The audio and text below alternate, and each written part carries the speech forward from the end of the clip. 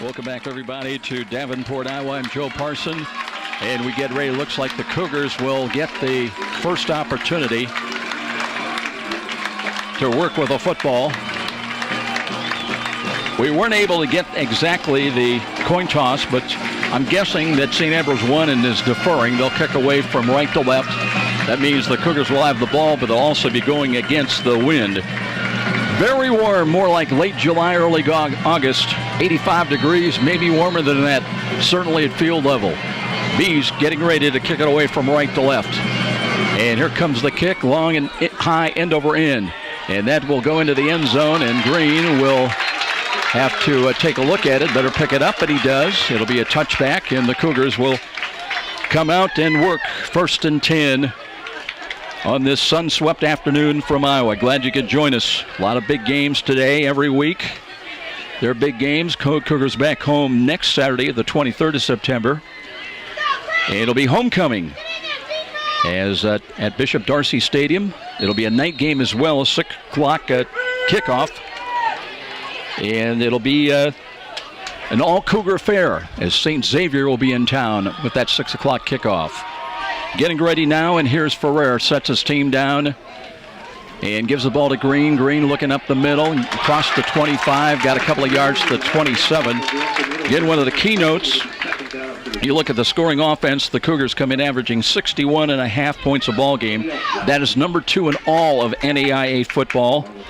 Bees are averaging 39.5, but St. Ambrose gives up just 19 a ball game. That's number 4. Cougar defense giving up 15 a game, and that's number 2. Gain of a couple, 2nd down at 8. Directly in the middle of the field. Out of the pistol is Ferrer, barking out the signals. Green, the running back, but here's a quick throw and a catch near side. That's Rixey. He's got it short of the first down. He's up to about the 33, 34-yard line. Rixey, who had 4 catches last week for 59 yards, averaged just under 15 yards a catch. And the Cougars will have a 3rd down and 1 call coming up. Last week, you could not ask for better efficiency on 3rd downs. They were 18 of 20 against the Saints. That's 70% on 3rd down situations. Offensive line averaging 270 a man. Here's late shifting now defensively by the Bees. They come up fairly tight, everybody within about 7-8 yards of the line of scrimmage. And the forward push, I don't think they got there. Looks like the Bees have held. Depending on the spot, it's going to be short of the 35. And let's see, will Kevin Daly gamble early in the ball game? No, he's going to bring on the punt team. And Joe Nipper, who punted only twice last week. In fact, he did not punt last week. So it'll be 4th down and less than a yard, but the Cougars barring a fake. And remember, they did that in North Dakota with a short snap to Pearson Harnish. But it's got to be to his liking before he would check off and call that kind of play. Back is Nepper, waits at his 21. They snap it to him. The kick is away. Wynn catches it high, wobbly ball. Fair catch is called and made at about the 37. So the Bees will go on offense. They've got very good field position here. Start this ball game. We have no score, and the Bees, for the first time today, will have the ball on offense. H&L Electric is your full-service electrical contractor. From commercial and industrial to residential, H&L can handle the smallest to the largest of projects for your business or residence.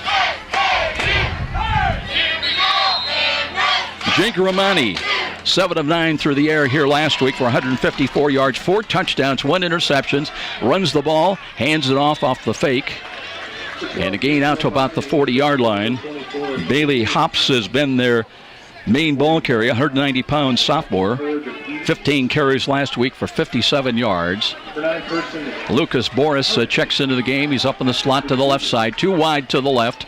Pistol alignment for Romani. Jake Romani looks and hands it off again, sliding off to the left side. A little bit of running room initially, and then, wow, coming up, Lee Stewart delivered the boom that time on Bailey Hops and holds them to a gain out to the 42 to bring up 3rd down and about 6. 3rd downs last week. Bees were only 4 of 13 on conversions for 31%. They've got to reach their own 48 on this snap. Let's see if Romani puts up in the air for the first time. Taking a lot of time. Play clock is down to 10. Checking to the near sidelines. Cougars, 2 safeties back, but again, everybody, all 11, within about 10 yards of the line of scrimmage. Now here comes the snap, and they look. Here's a throw near side, and that one is nearly picked off, and it may have been. It was Lee Stewart. They were trying to hit on the little square-out run by Boris, but only Lee Stewart followed the quarterback's eyes. And on the first possession by the Bees, it's Stewart who gets the interception. And for the Cougars, that is their 4th interception already of the season. So the Cougars will bring the offensive unit back on the team. They'll have it at the 39-yard line. Justin Green will trot out of the field. He will be the one back in the backfield. 22 carries last week, 120 yards, averaged over 5.5 yards a carry, and 2 rushing touchdowns. Ferrer works from the right side hash mark. Bubble screen near side. They have a completion and a run down the right sideline. That time, Casey Cole, he is a freshman, 206 pounds, a 6-footer. That is his first career reception in a Cougar uniform. And he'll pick up about 6 yards. That'll bring up 2nd down and 4. Second possession of the ball game. We have no score. Cougars working from left to right out of the north end zone against the wind a bit.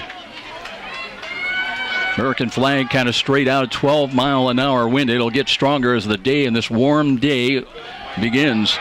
And here is Green looking for running room and pushes the pile up to about the 48. That is short of the first down. He'll gain about 2.5. So it'll bring up the second 3rd down call. Boy, they did not give Green a very good spot at all. He was up to the 48. They'd mark it back at the 47. So it'll be 3rd down and a long 2. Trying to get out to the 49-yard line. Rocky James in wide to the left side. Up in the slot left side now comes Cole, who just caught his first pass. 2 wide to the right for Ferrer. Sets up out of the shotgun formation now. Here's Nick looking to make a play on 3rd and short. Looks to load up. Now throws and a dive for it. Boy, there was contact. Incomplete pass.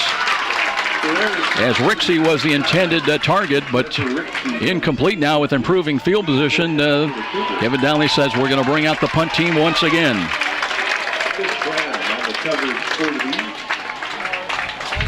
So the Bees will have 2 back.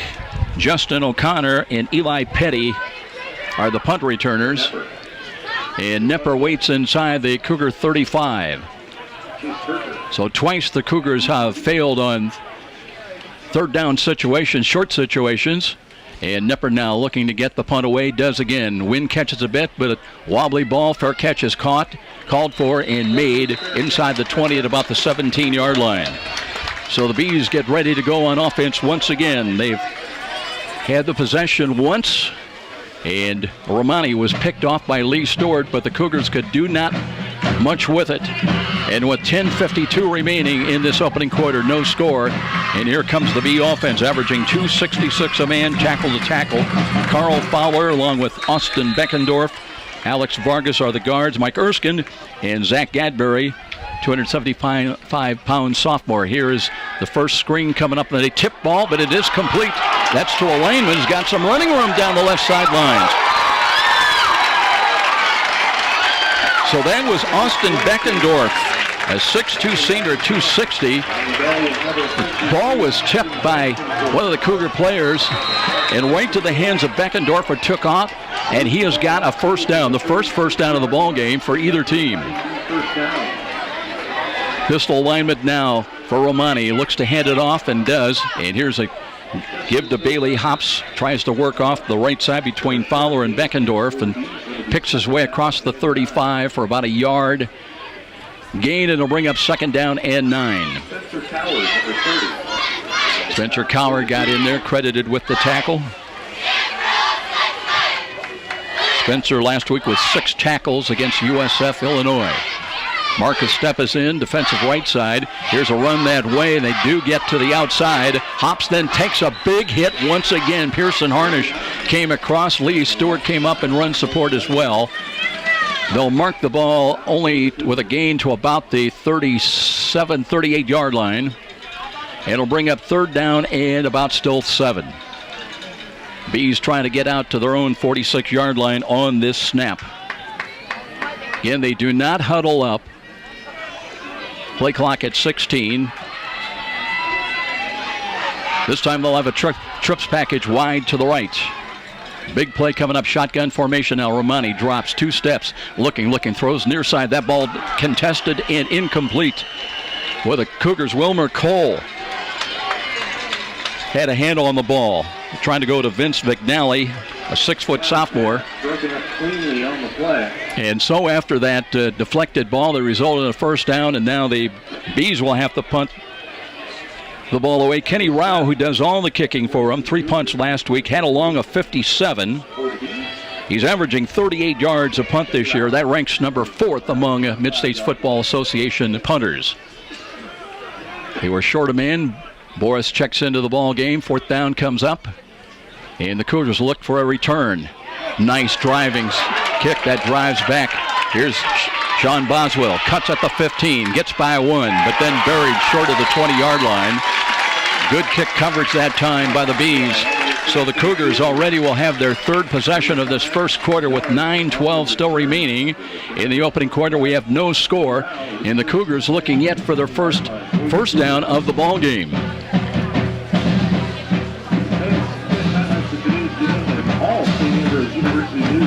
Cougars bring their offensive unit out onto the field, averaging 270 a man. Connor Holcomb, along with Austin Smoger and Jalen Gamble, the guards, Nick Shoemaker and Alex Woods, the tackles, averaging 270 a man, tackle to tackle.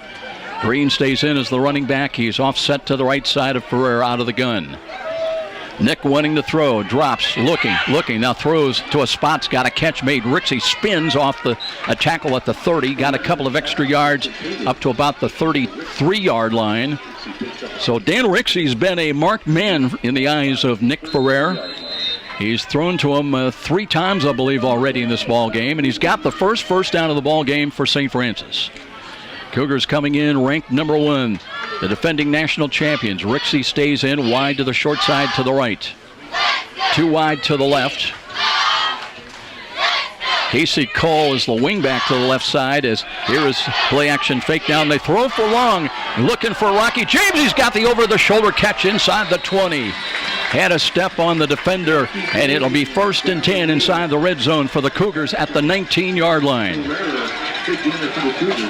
Against the wind that time.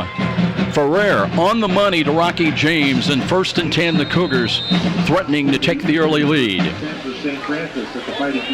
Now James, that emerging sophomore star, 6'1", 171, 7 catches last week, 111 yards and 3 receiving touchdowns. Rixey stays in wide to the right. Duke Blackwell's into the ball game now, up in the slot to the right side. Call in as the wingback to the left. Green, the running back, they'll give the ball to him, looking to get outside, cuts at the 20, looks at the 15, takes a bump and knocked out of bounds. That's short of the 10-yard line. Bees flying to the football very well, but not before Green is able to pick him up and lay him down for a gain of about 6. It'll be 2nd down and 4. Ball is at the 13-yard line, a gain of 6. They'll spot it near the left side hash mark. Blackwell and Cole now in tandem on the left side. Rocky James wide to the right. And Rixey flanked out to the right side as well. Now he comes in motion. And here's the quick slant. And there's James and the quick touchdown. From 13 yards out, on the money, Nick Ferrer to Rocky James. And the Cougars at the 7:40 mark on the board for the first time today. And they will take a quick 6-0 lead. 13 yards on the scoring strike.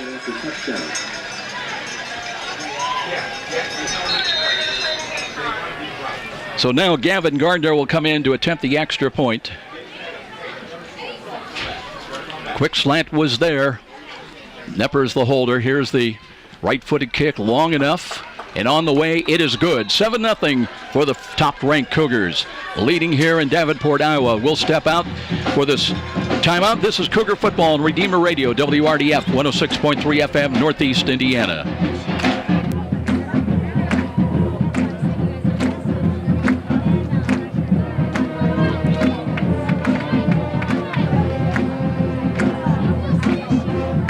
Yeah, 30.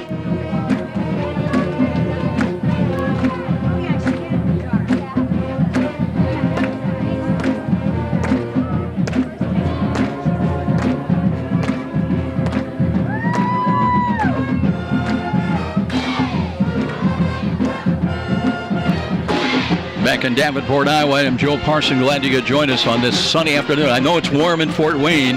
Not as warm as here, folks. It may reach a field level into the 90s. 85 degrees, they told us at kickoff time. Going up to at least 87. By the way, Ferrer, who threw for 51 touchdowns a year ago, now that is his 8th touchdown of the ball game, or I should say of the season. And Rocky James, his 16th catch, and now his 4th receiving touchdown of the year. Gardner ready to tee it up and kick it away. 3 back, in fact, for St. Ambrose. Driving kick, eye into the wind, catches a little bit. That'll be fielded inside the 10 at the 5. Cut to the left side, and not much more. The Cougars surround the football very well. That was Chase Ferger on the kick return. He had 2 of them last week. He had a 92-yard touchdown on a kick return. Not that time. The Cougars, who gave up some real estate last week to USF, Illinois. Obviously, that was a focus this week in the week of practice. It'll be 1st and 10 for the Bees at their own 14-yard line. They still work with the wind right to left. They'll have Bailey Hops as the running back. Lined up right now behind Jake Romani, the 6'3", 225-pound junior quarterback. Comes in with 6 touchdowns and 3 interceptions. We'll make that 4. He was picked off on his first series today. Hops looking for running room. Runs right in. I believe that was Eric Dunton in his grasp. It'll be a gain of about 2. Let's see where they're going to spot that ball. Eric Dunton on the stop for the Cougars. Dunton is credited with the tackle. He had 8 last week against the Saints. Year ago with 121, tied for 3rd place among all Mid-States Football Association tacklers. Here is the draw coming up. They give the Hops, tries to cut to his right. Harnish is there, but he had a lot of help. There were 3 other Cougar defenders that flew to the football as well to bring up 3rd down. In fact, that's a loss of about a yard. So to bring up 3rd down and 9, with the Bees trying to reach their own 24-yard line on this snap. Tanner Champley has checked into the ball game. He's a 6'1" sophomore, wide to the near side. Ferger's back in. They have 2 wide to the right. He's up in the slot to the right side. Romani trying to make a play now. Looks and hands the ball off as they run it. And that'll be a gain out to the 19, short of the first down stick by about 5 yards. And they will have to kick the ball away. They'll spot it at the 20, but that will bring in Kenny Rao once again to kick the ball away. Young man with a lot of leg. 3 punts last week, had a long of 57, averaged 44.7 yards a punt against Lindenwood Belleville on this field. Sean Boswell is back in punt return. He's got some help out there as well. It might be Rixey. We'll check in a moment. Here's the kick away. Nice driving spiral, driving Rixey back. He can't find it, and it takes a bounce inside the 5 into the end zone. I want to tell you, folks, he released that kick at about the 5-yard line, so that's 95 yards. Now, it did take with the field turf assisted bounce inside the 30, but the Cougars just really did not estimate that young man's leg combination with the wind. So the Cougars will have it 1st and 10. They lead it 7-0. It'll be Cougar football at the USF 20-yard line. Clock shows 5:38 remaining here in this first quarter. Rocky James, who caught the touchdown on that quick slant. He's in the game wide to the left side. Kobe Easley, who leads them with 12 tackles.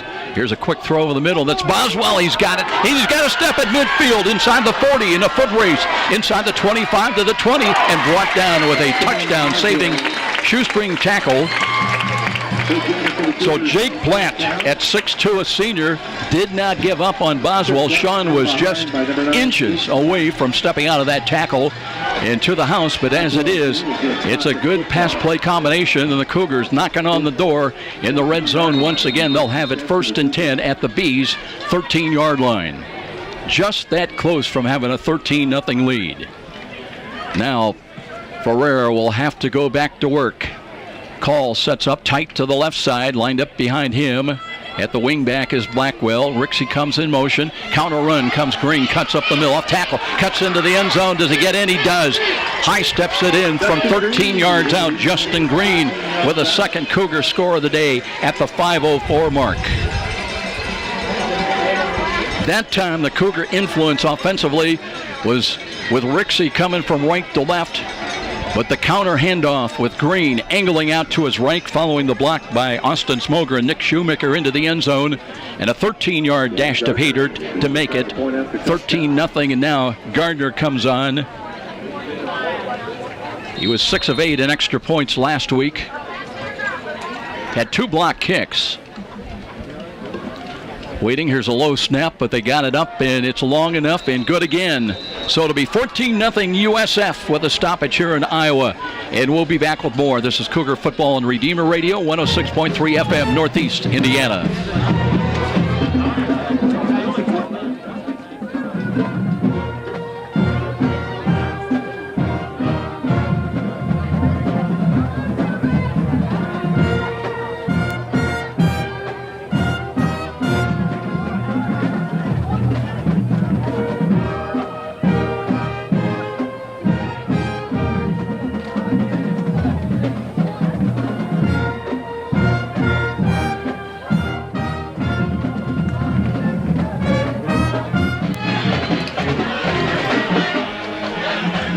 Welcome back, everybody. We're in the Brady Street Stadium, Davenport, Iowa, the venue.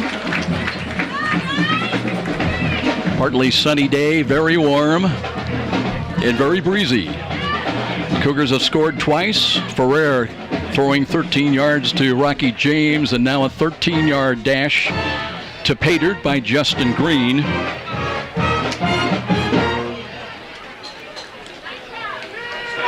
And Green now with his 6th rushing touchdown of the year. Came in with the start of the day with 214 yards, averaging 6.5 yards a carry.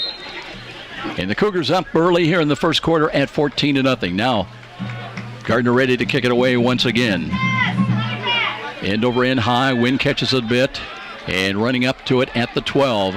Bees return it right side, and across the 20, return across the 30, 35. Good return that time, and let's see, that was Tanner Champley. Champley with his 3rd kickoff return of the year. He had a previous high of 25. That'll give him decent field position. They're going to spot that ball out across the 35 at the 40-yard line is where they spot it. And so the Bees, with some of their best starting field position of the day, will go back to work offensively on the short end of a 14-0 score.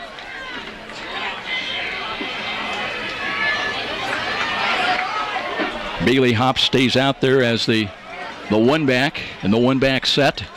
And here's a play action. If they can throw over the middle, and they've got a quick hitting play for good yardage gain. New number in there. That is Eli Petty. Petty listed as a blocking back.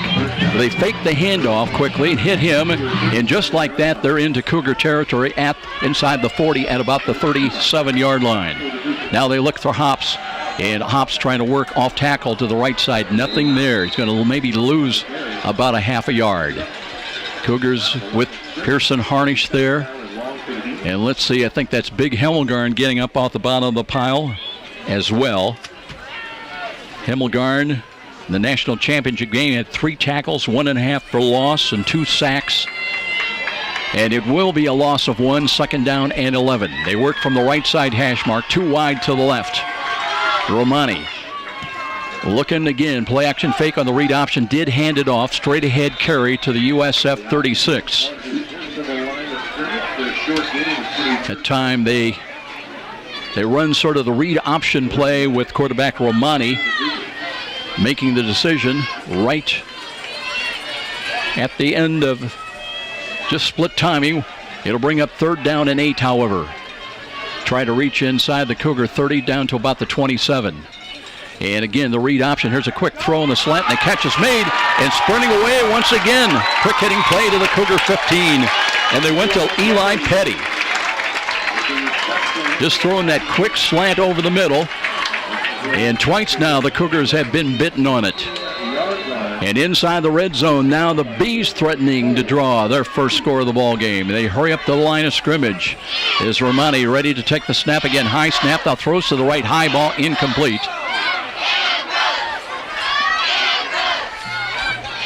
That was a high ball, and Wilmer Cole came over. Now he was playing the man and drove the would-be receiver out of bounds, but again, it was incidental play. He did not see the ball deflect away. But a hard-hitting play, an incomplete pass brings up 2nd down and 10. Ball squarely at the Cougar 15-yard line. Ferger's in wide to the left side, the lone wide to the near side. And here's Romani dropping to throw again, looks to his left, scrambles, steps away, dumps it off with a catch right side, and they will have the 1st down and much more. They'll be inside the 5 as that ball was dumped off to Justice O'Connor. And O'Connor with some nifty footwork down the right sideline. Has them knocking on the door. They'll spot it at the Cougar 3-yard line in this 14-0 USF lead with 3:04 remaining, the clock running. Now the Bees were short a man again, and Boris comes into the ball game. They'll put him up in the slot wide to the left. Vince Vignali wide of him. They want to run the ball, and do they get into the end zone? Looks like they do, and it'll be a touchdown. So they gave that ball off to Tanner Champley. Champley from 3 yards out, and the Bees are on the board here today at home.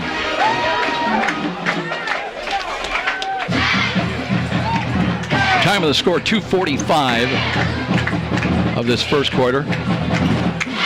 And are they going to try for 2? They have the swing and gate formation, but now they set it up for Kenny Rao to attempt the extra point. He was just 4 of 7 last week. An extra point, 7 of 10 on the year. Waiting for the snap, and here it comes. It's long enough. It is good. Caught the inside of the left upright. So the Bees have cut the lead in half for St. Francis. 14-7 with a stoppage here in Davenport, Iowa. This is Cougar Football on the Road on Redeemer Radio, 106.3 FM, Northeast Indiana.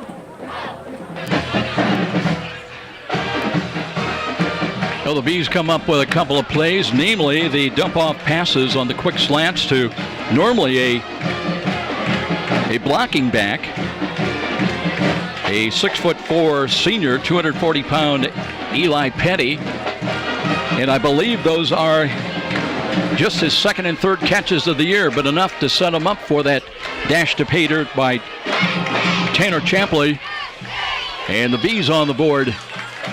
Down by 7 here at home.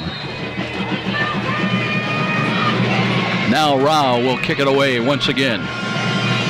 Waiting, approaches with the right foot, driving kick, and again the Green just turns his back and looks as that's over the end line. No question of that one, so Cougars will go back to work offensively at their own 20-yard line, leading at 14-7. Well, we mentioned the other big ball games going on today. Concordia undefeated. We'll see them in a few weeks. They're at Olivet Nazarene. Tigers 3-0. Taylor against Butler in a night game tonight. And St. X, they face Lindenwood Belleville. Cougars are 2-0. They're headed to Fort Wayne next week in that homecoming ball game against St. Francis. It'll be a night game kicking off at 6 o'clock. Missouri Baptist home to Wisconsin River Falls, Siena Heights. They are in Chicago at Robert Morris. Marion Idle today. Cougars' fourth possession already. They've scored twice. 2:45 on the clock as Jerry Frump, our referee, marks the ball. Almost ready for play. And now there's the whistle, and we will get the first snap of this series. Cougars with two wide either side of the field for Ferrer. Stretch handoff. There's Green. Dances around one. There's a penalty flag, a block in the back. So Green picks up 3 yards. But that might go against Sean Moore. Well, he did a good job of taking out the would-be tackler, but he did it with a block in the back. Cougars, as far as penalties, last week had 8 for 74 yards against USF Illinois. Bees here with 8 penalties as well and 84 yards in penalties. Well, it'll still be first down, but it'll be first and 20 now with the ball marked back at the 15-yard line.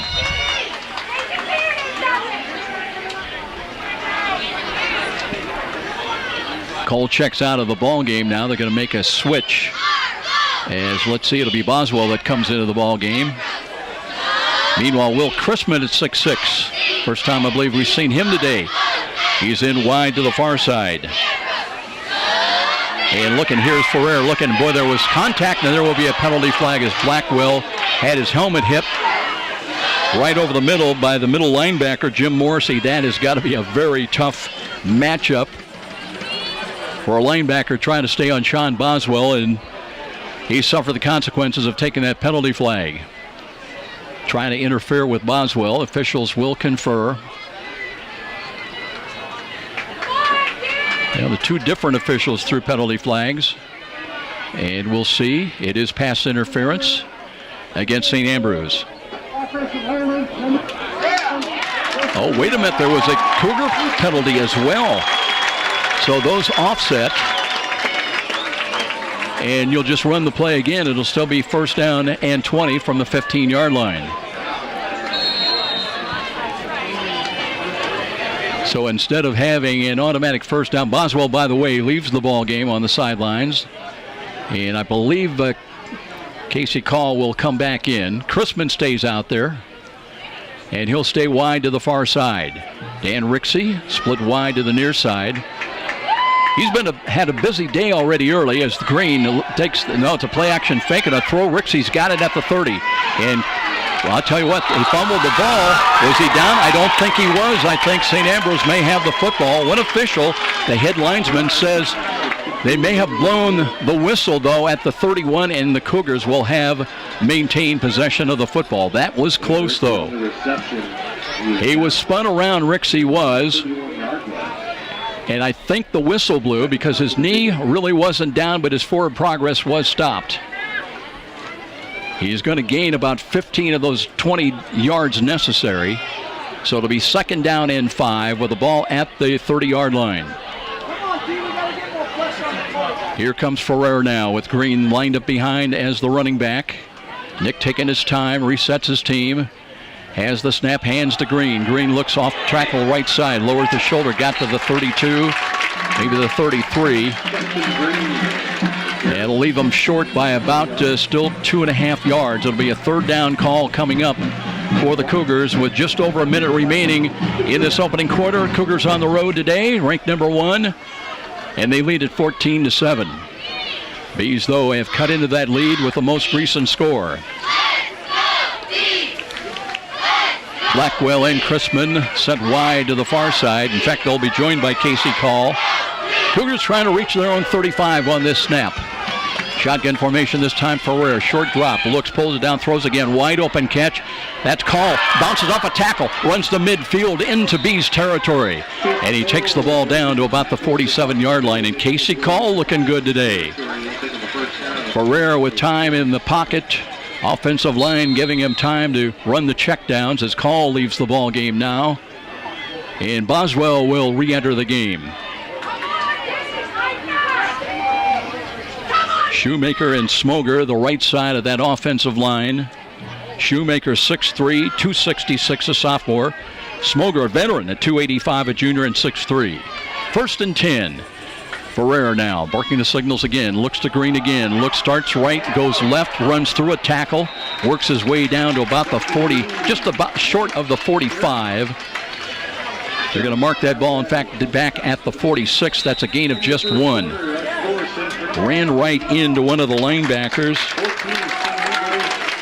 And that is going to do it. That's the end of the first quarter. So 14-7, USF trying to get something going here. We'll be back for the second quarter action. This is Cougar Football on Redeemer Radio, 106.3 FM, Northeast Indiana. Well, we head to second quarter action here in Davenport, Iowa. Cougars this time will work with the wind at their back. And working with the football, moving it right to left. Nick Ferrer's been a busy guy already, so is Justin Green. He's run for a touchdown today. And Ferrer early on to Rocky James for a lead touchdown. Here's a dump-off pass. Boswell's got it, cuts to the 40. And out of bounds near the first down stick. Let's see where they mark him. Pushed out of bounds. Looks like they're going to move the chains. And they do. It'll be a first down for St. Francis on the move again at the Bees' 36-yard line.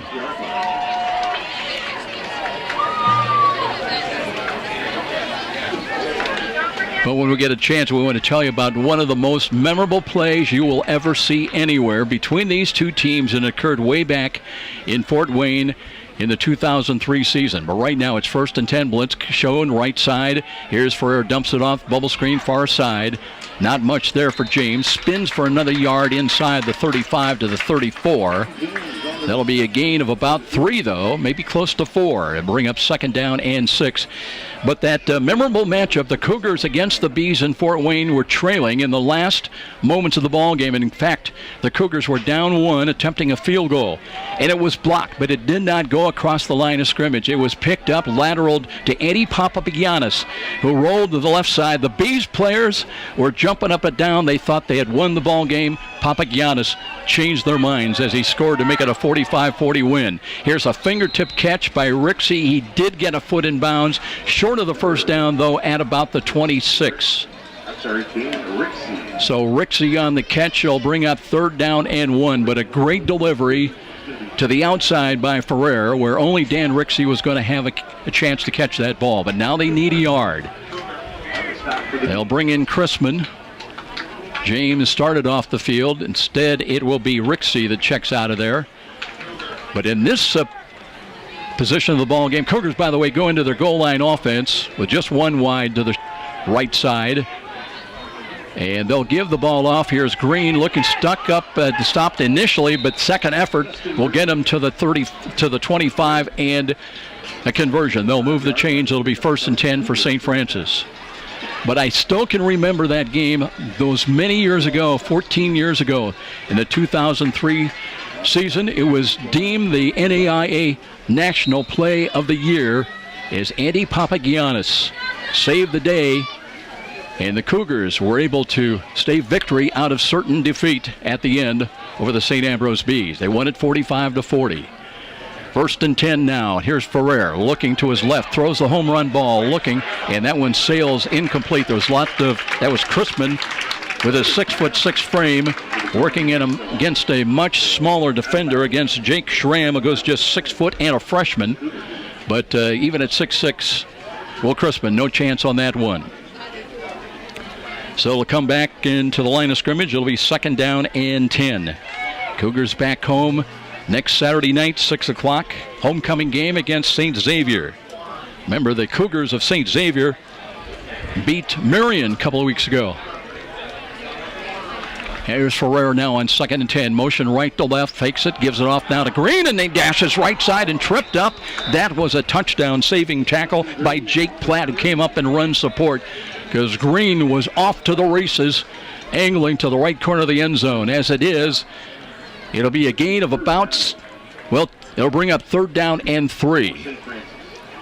And Green might have been a little shaken up. He was bent over, trying to catch his breath or just trying to stretch something out, but looks like he's good and ready to go on third down. He's offset to the left of Ferrer. Again, the tight formation. Rixey up on the slot, right side, comes in motion. But here's the throw, and that one's batted down at the line of scrimmage. Will bring up fourth down and 3. One of the big linemen up front got a hand on the ball. Might have been Kabarek at 270.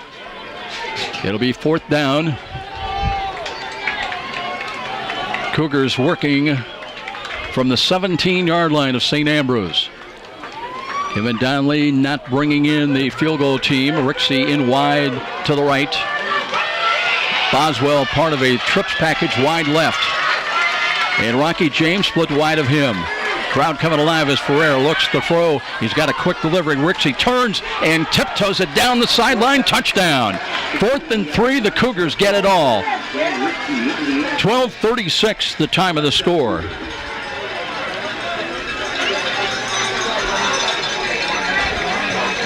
Again, 13 yards on the scoring strike, and Ferrer for the second time today through the air, this time hooking up with Rixey. And the Cougars again trying to take a 2-touchdown lead. Gardner comes on and now eyes up as he measures it out, waiting for his chance to try to add the 21st point of the afternoon. Hold looks good. The kick is long enough on the way, and it is good. So 21-7 is a little extracurriculars after that kick, but it will be Cougars with a 2-touchdown lead, and we'll be back with more. This is Cougar football on the road on Redeemer Radio, 106.3 FM, Northeast Indiana.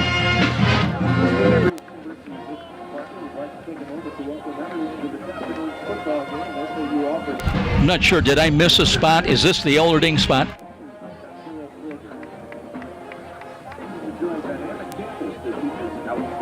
I got you.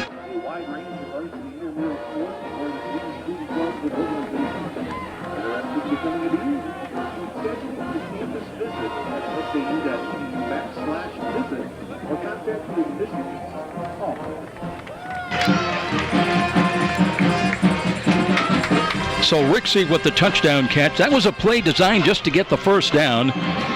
But Rixey with a nice pivot move to the sideline, able to break the tackle. And he will get his first receiving touchdown in his Cougar career. Would anyone like a t-shirt? 21-14, 21-7 I should say. Here early in this second quarter. And we'll see Gardner. Already the 2 kick returners are lined up way back at the goal line. They're going to bring everybody back to the goal line. And here comes the kick, end over end, and good luck. That one is, again, over the end line. So the Bees will start 1st and 10 from their own 20-yard line. Ferrer with 2 touchdown passes, 2 of them from 13 yards out. Cougars had the early interception by Lee Stewart, but really could not do anything with that. And that was sandwiched around a touchdown run by Justin Green. And then Tanner Champley got one back for the Bees. At that point, to make it 14-7, we stand now 21-7 in favor of USF with 12:36 remaining in this first half. So Jake Romani came in 23 of 44 through the air for 52% completion average, 377 yards, 6 touchdowns, now 4 interceptions, rolls to his right, looking, throws downfield, has got a catch. And again, that's Eli Petty. He has been the featured receiver today. Did not have just one catch coming into today's ball game, and this is the 3rd game, and has got a first down out at about the Bees' 40-yard line. Romani just kept his composure, able to float one out, and there was Eli Petty for the catch. And now, again, the read option, they'll run the ball. Let's see if that's Hops in there, rambles up the middle for a couple of yards. They've got another running back, and that was Justice O'Connor in for a play, so he'll check out, and Bailey Hops does come back in. Gain of 3. 2nd down and 7. Pistol lineman again, and here's a quick out pass, comes left side, run after the catch, And they will have a first down up to midfield. Vince Vignali wrapped up short of the first down, but able to twist his way and turn it into a first down carry after the catch to the Cougar 49-yard line. So now it'll be 1st and 10. They'll look from the left side hash mark. 2 wide to the right.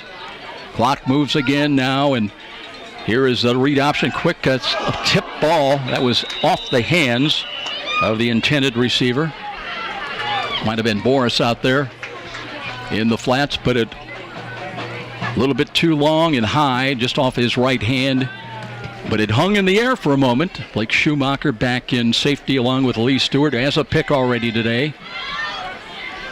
And here comes the second down call for the Bees. Cougars adjusting defensively. Meanwhile, Romani standing there with the play clock at 9. Now takes the snap of the read option and wants to throw. Time of the pocket. Throws downfield.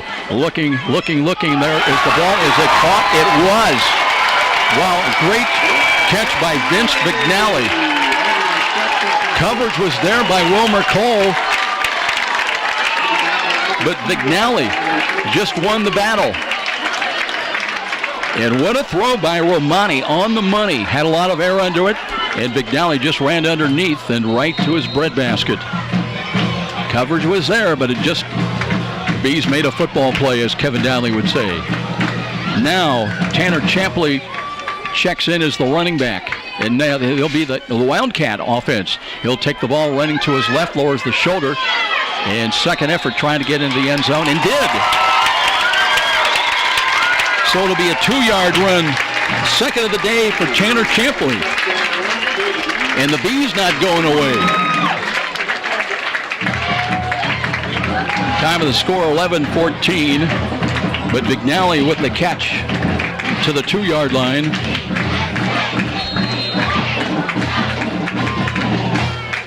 And now the swinging gate.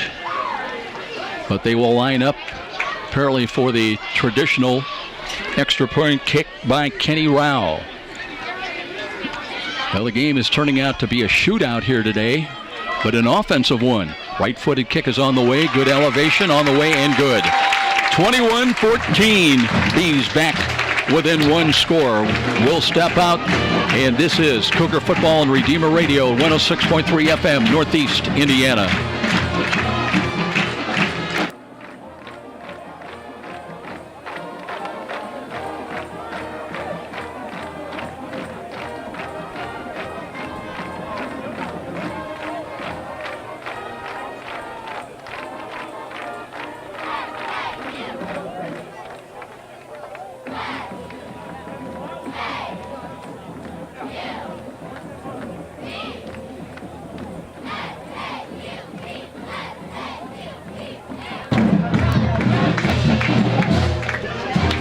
Well, the Bees not going away.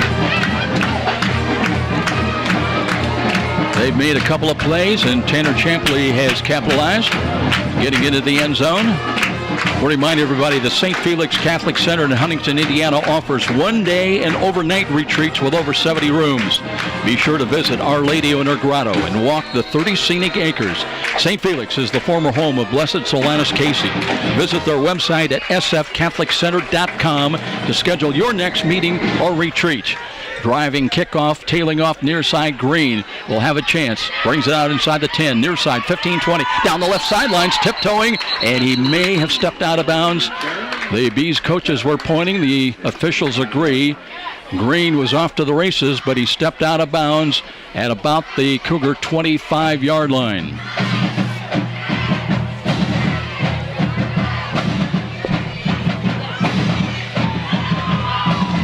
Well, Kevin Donnelly in the pregame interview talking about how much respect he had for Mike Magistrelli's Fighting Bees football program, said they will fight to the end. And you have come to play, you better come to play for 60 minutes, especially when you come to Iowa. So Ferrer with the offensive unit back out there now. And here we go, 1st and 10 from the 25-yard line. Ferrer hands the ball, and here's Green looking for running room. Finds it, cuts to the second level, and all the way out across the 40 to about the 41-yard line. One of the best runs of the day for Justin Green. 120 yards last week against the Saints of USF Illinois on 22 carries. Scored 2 rushing touchdowns. He has 1 today already. Clock moves inside 11 minutes here in this second quarter. Rocky James, who has a touchdown catch, he's in wide to the right side. And Duke Blackwell will check in also up in the slot to the right side. And here is a stretch handoff. Green looks for running room, cuts back to his left. He's at the 45-50, jumps over would-be tacklers, and that carries him down to the Bees' 40-yard line. Nifty footwork once again, a play designed to go off to the right, but the hole was not there. Green recognized, cut back to his left, and picks up big yards once again, 1st and 10 at the Ambrose 40-yard line. Now changes coming in for St. Francis.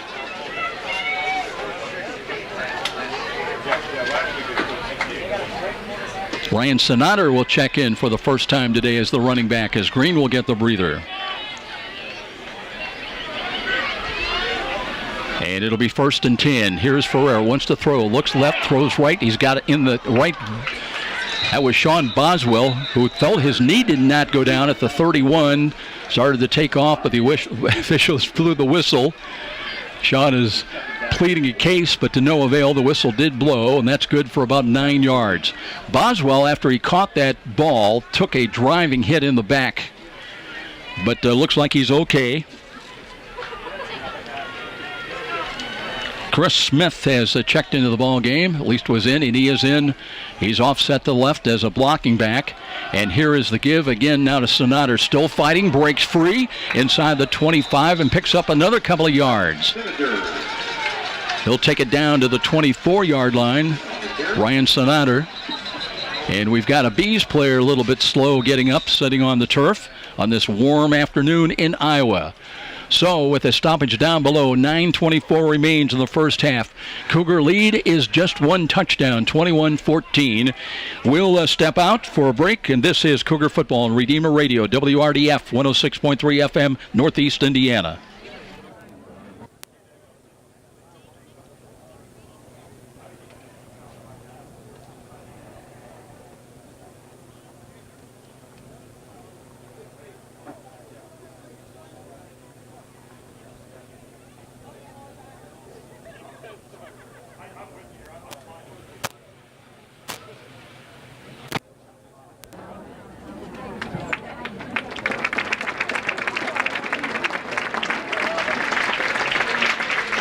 Injured player, a little bit slow getting up. That was the middle linebacker, Jim Morrissey.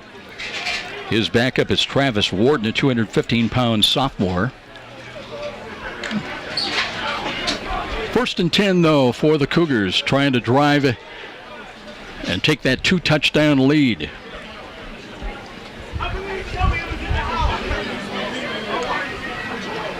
So Ferrer brings his team up to the line of scrimmage once again. Rocky James alone wide to the left. Boy, the breeze picking up a little bit more.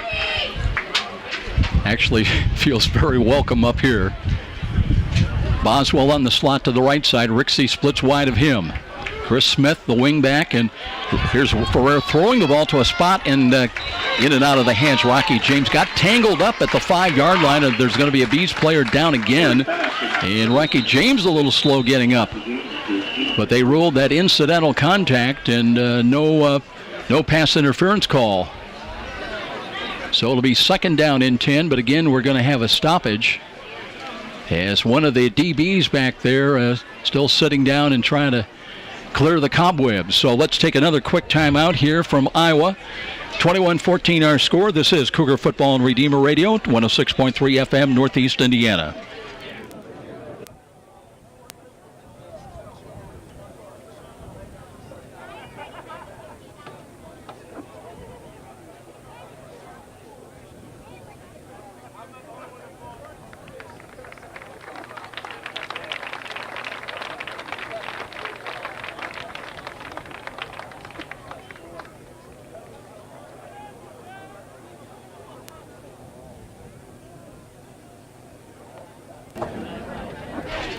That is Kobe Easley walking off with his helmet off. He is their leading tackler.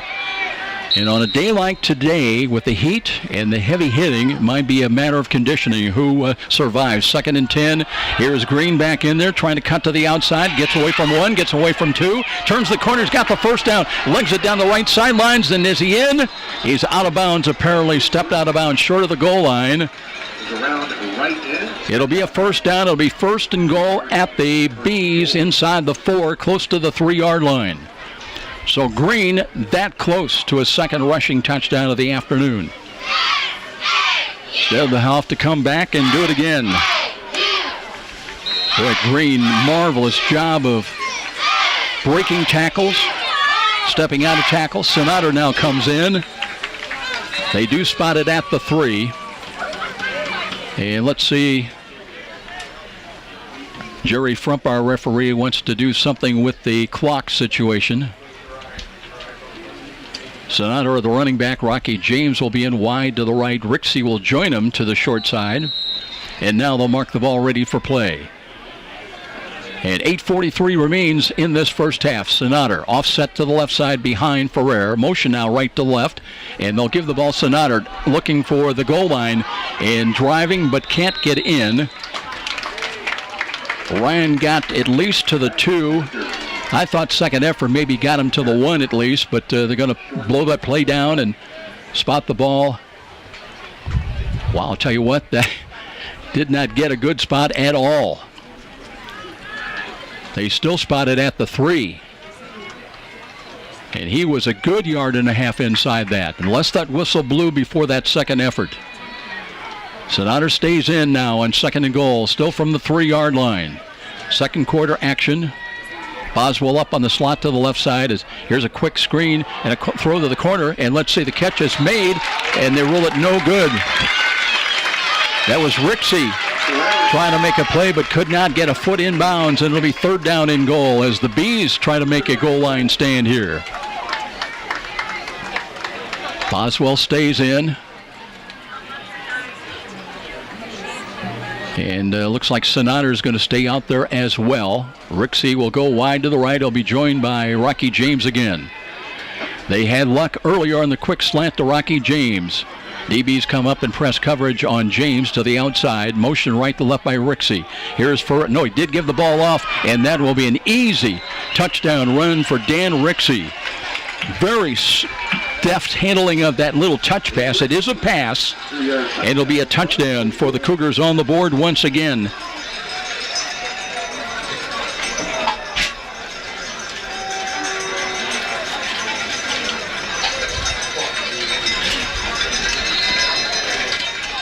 Time of the score is going to be 7:45.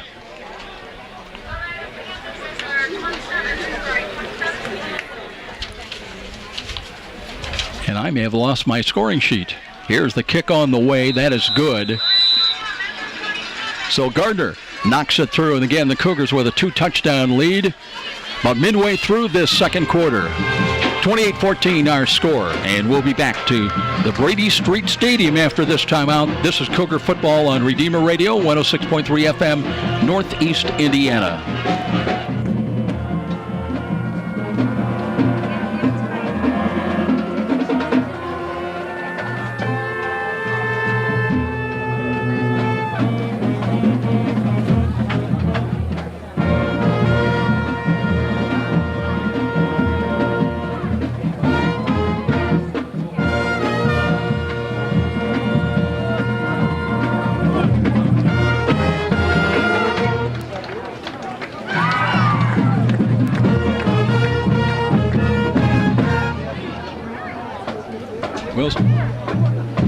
Still trying to find the elusive score sheet. I think it may have blown out the window on me here.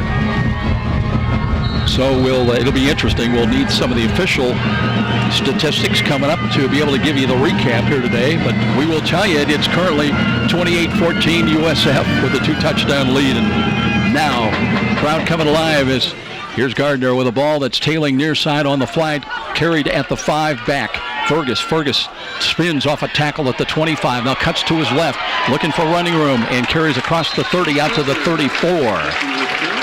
So, good return that time by Chase Ferger. You know, I'm looking out the window and I don't see the score sheet out there. It may have just blown bye-bye. Some days are like that.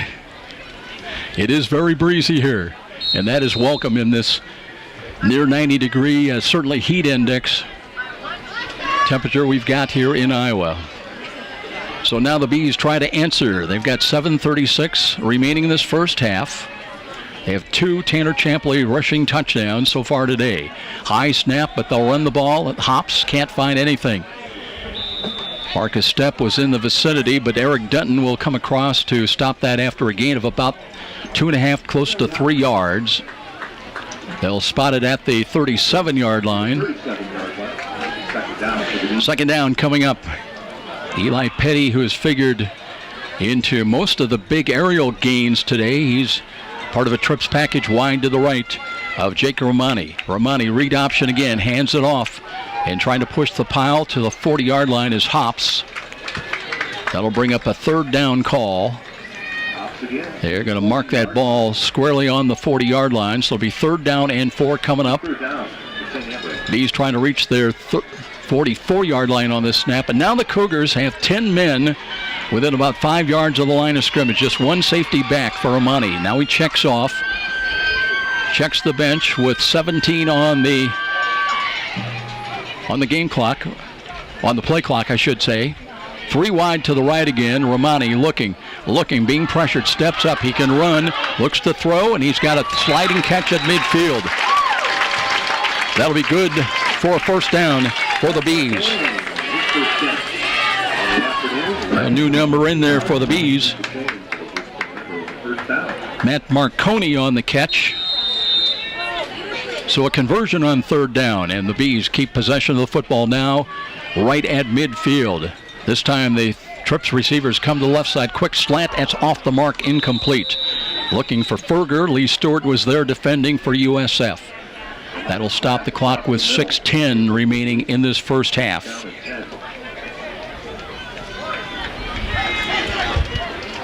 Second down call coming up.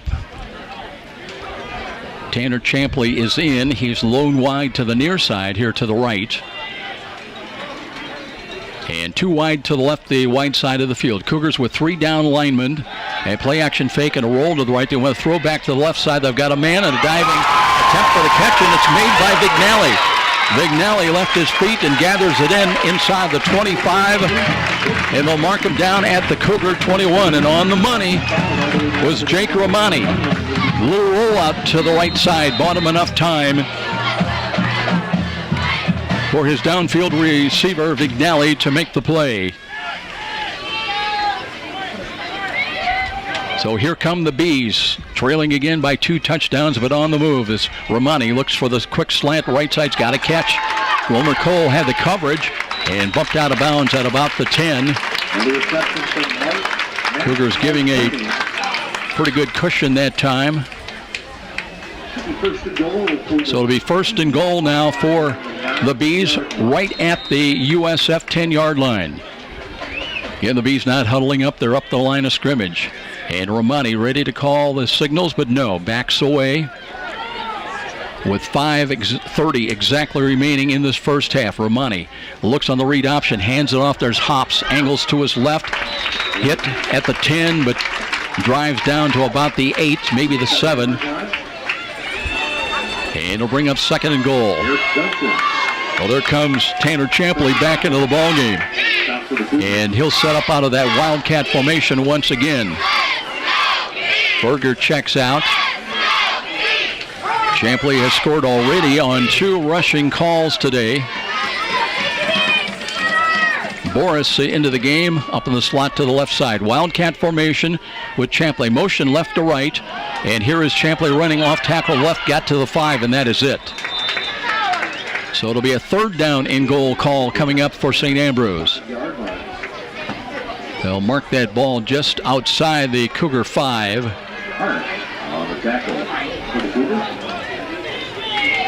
If you're looking ahead to field goal possibility, they are 4 of 5 this year already, but Champley again in the Wildcat. Backs away. Have a wing back out there to the left side. That's the wide side of the field, and then 2 wideouts, including Boris. Now they're going to flip-flop and have two blockers out to the left side for Champley. And here's Champley. Does run to the left and spins into the end zone. Cougars had a shot. Stewart came up. Did not tackle low enough. And it'll be a score. Third rushing touchdown of the ball game for Tanner Champley out of the Wildcat at the 4:09 mark. And again, it's a one-touchdown ball game.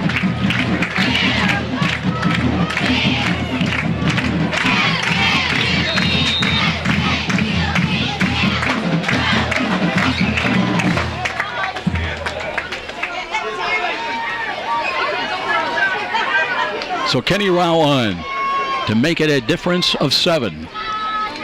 Waiting for the snap and the hold. Comes good snap, and the kick is on the way, tailing but good. Caught the inside of the left upright. So with 4:05, the Bees draw close once again, not going away. And we'll be back here in Davenport, Iowa. 28-21 ball game. Number 1 ranked Cougars in a dogfight. Cougar football on Redeemer Radio, 106.3 FM, Northeast Indiana.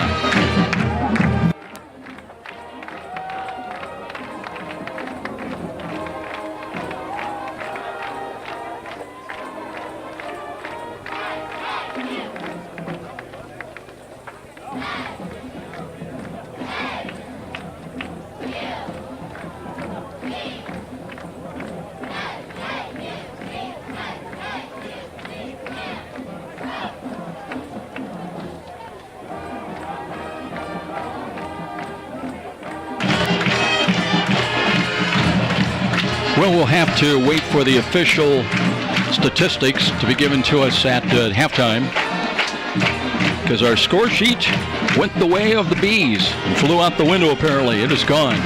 But we can tell you that Tanner Champley has scored 3 rushing touchdowns today, and he is keeping the Bees very much alive against the top-ranked Cougars. 28-21 with still just over 4 minutes remaining. Now the Cougars try to go to work again. And here is Rixey back inside the 5. Works to the 10, 15, cuts to the outside, 20, 25, dragging tacklers, spins across the 30, and out to about the 36-yard line. Good return by Dan Rixey.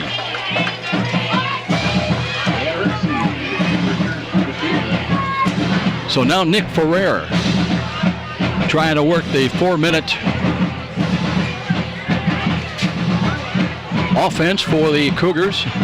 And again, trying to take a 2-touchdown lead going into halftime. We believe the Bees won the toss deferred, that they'll get the ball to start the second half. Justin Green comes back into the ball game now as the running back for St. Francis. And the Cougars with decent field position from the 36, working right to left, 1st and 10. Here's Ferrer, a lot of time in the pocket, throws in the middle, and that one was a little bit off behind on the hip of Rocky James. He could not make the play. Ferrer waited a long time trying to get Rocky James on the crossing pattern to clear, but it just did not happen. And a little bit behind on that pass attempt. 2nd down and 10 again from the 36. Cougars with Nate Carson into the game now as a wideout sent to the right side for Ferrer. Looks to hand the Green. Green looks, cuts up the middle. Fighting for yardage. Took a bit of a late hit, but noses out to about the 39. It'll bring up the 3rd down call with the Cougars trying to reach their own 46-yard line on this snap. So a big play in the ball game coming up right now. With still 3:33 remaining here in the first half. Sean Boswell comes in. He's up in the slot to the right side. Rocky James wide to the left. Looks like he'll have double coverage on him. 2 safeties back as Ferrer looks, pulls down, checks off, throws. James has got the catch. And he's into Bees territory inside the 45. He was not the first choice for Nick Ferrer, but he was the second. And Rocky James with that catch and run for extra yardage after the catch to the Bees 43-yard line. So now the 4-minute drive becomes a 3-minute drive for USF, leading at 28-21 here late in this first half. Chrisman in wide to the left. Boswell and Rixey, the wideouts to the right side. Green stays in as the running back. Or is that Sonater? I believe that's Sonater back in there. Gets the call, looking for running room. Cuts up and ran into a linebacker, but still just trying to power his way to the 40-yard line was Ryan Sonater. And they'll give him another yard to the 39-yard line. Now they move it back. Oh, boy. You figure that? They not only penalized them the yard, but they move it back outside the 40. Starting to get the feeling we're back in Canton, Ohio. Those who have been with us a long time know what that's about. It was a 1-yard penalty for the opposing team and a 1-yard grace for the home team there in Canton, Ohio, it seemed. Here's Ferrer looking near side. He's got Chrisman out of bounds after the catch at the 32. Little square out pattern run by Will Chrisman. Kevin Donnelly before the game talking about his 6'6 sophomore. He's a project in the works. Basically a basketball player they're trying to make into a receiving 6'6 football catcher, and got great hands. Just needs to work on his hand strength a little bit. But as well as kidding Coach Donnelly, you can't coach him to be 6'6. He's got the makings of being another Seth Coate perhaps. 1st and 10. Ferrer to throw again. Looking, wants to screen the ball. Gets it to Sonater. Sonater looking for running room. After the catch inside the 25. And he'll pick up a couple of more yards, and they're going to mark him down at about the 22, maybe the 21. And the Cougars maybe will take a timeout now with 1:37 remaining. So they'll mark it at the 22. The Cougars knocking on the board, trying to take a 2-touchdown lead once again. Stoppage down below, and we'll step out. This is Cougar football on Redeemer Radio, 106.3 FM, Northeast Indiana.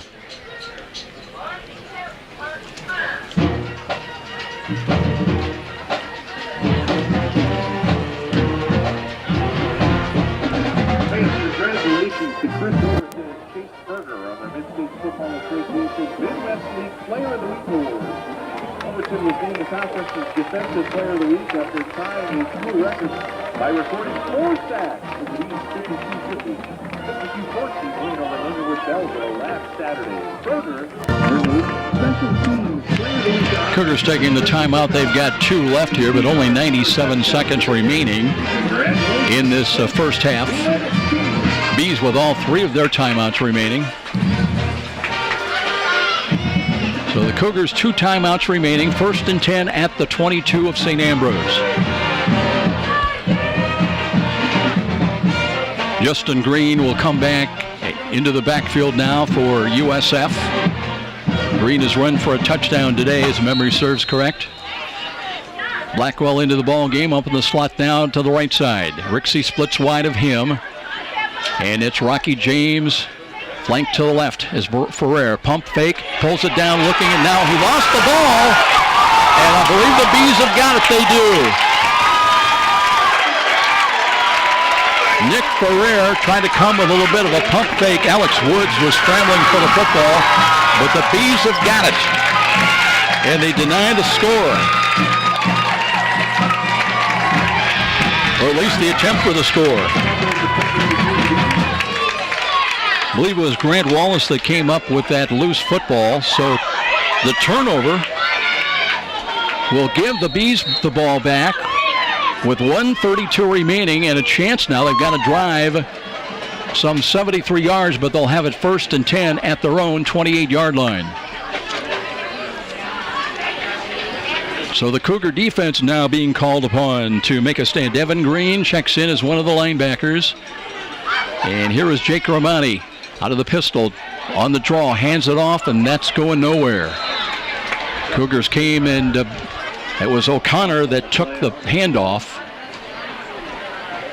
Eric Himmelgarn was in on the stop and runs off the field very quickly, so it's a loss of 5. So the Bees have got it inside their own 25, back at the 23 now. And 2nd down and long. Read option again. They'll run the ball, and there's some running room to the right side. And a big hit by Ryan Johnson to the ball, pop free. And the Cougars think they've got it. Let's see who's coming up with that ball. It'll be Blake Schumacher, I believe. So Schumacher's got the ball and tosses it to the official. And back-to-back turnovers. And the Cougars not done with 56 seconds remaining. as they'll have 1st and 10 just outside the, well, they'll spot it right at the Bees 35-yard line. So Ferrer had it stripped away. And then the running back coughing it up for the Bees. Now let's see if the Cougars can capitalize. They've got to drive 35 yards in under a minute. And 2 wide to the right side. Rocky James wide to the near side. And here's Ferrer dropping to throw again, looking. Throws to the spot. He's got a man. That's a catch. Rixey, touchdown. 1 play, 1 touchdown. Good for 35 yards.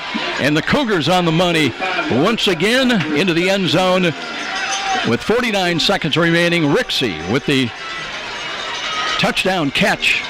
Caught it at the 5, stepped out of a would-be tackle. And the Cougars trying to take that 2-touchdown lead to the dressing room with them. Jalen Gamble walking back very, very slowly. And again, one of the big guys at 6'2", 262 on a very hot, warm day. Now the extra point. Gavin Gardner comes on, trying to make it the 35-21 lead. Right-footed kick is on the way. Didn't get a lot of it, but it is good.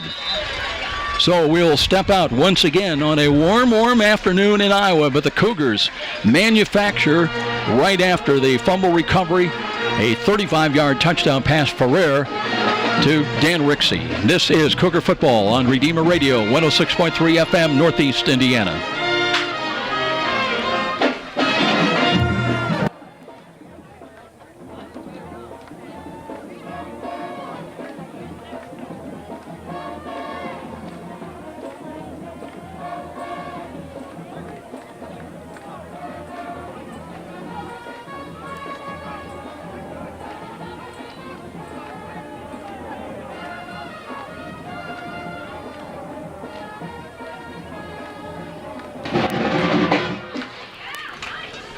Well, a big answer by St. Francis after they could have folded after losing that fumble. But then Blake Schumacher makes a play and recovers a fumble, setting up a 1 play later touchdown toss from Ferrer to Dan Rixey. Now the Cougars kicking away. Dying moments, and they'll let that one ball go right to the end line. It'll come out with 49 seconds remaining. And we'll see if the Bees are able to drive 80 yards in the final seconds. Well, they promised us stats here at halftime, and hopefully we will get that because we do not have our scoring sheet. We can tell you that Justin Green has run for a touchdown and Ferrer has thrown for a couple. But we'd like to be a little bit more specific than that. Meanwhile, we're back to live action. Romani on the read option again. Hands it off. Hops tries the left side. Does not get much. Got maybe just across the 25. And let's see if the Bees are interested in using any of their 3 timeouts now. It'll be 2nd down and 9. Eli Petty does check into the game. He's up tight to the right side.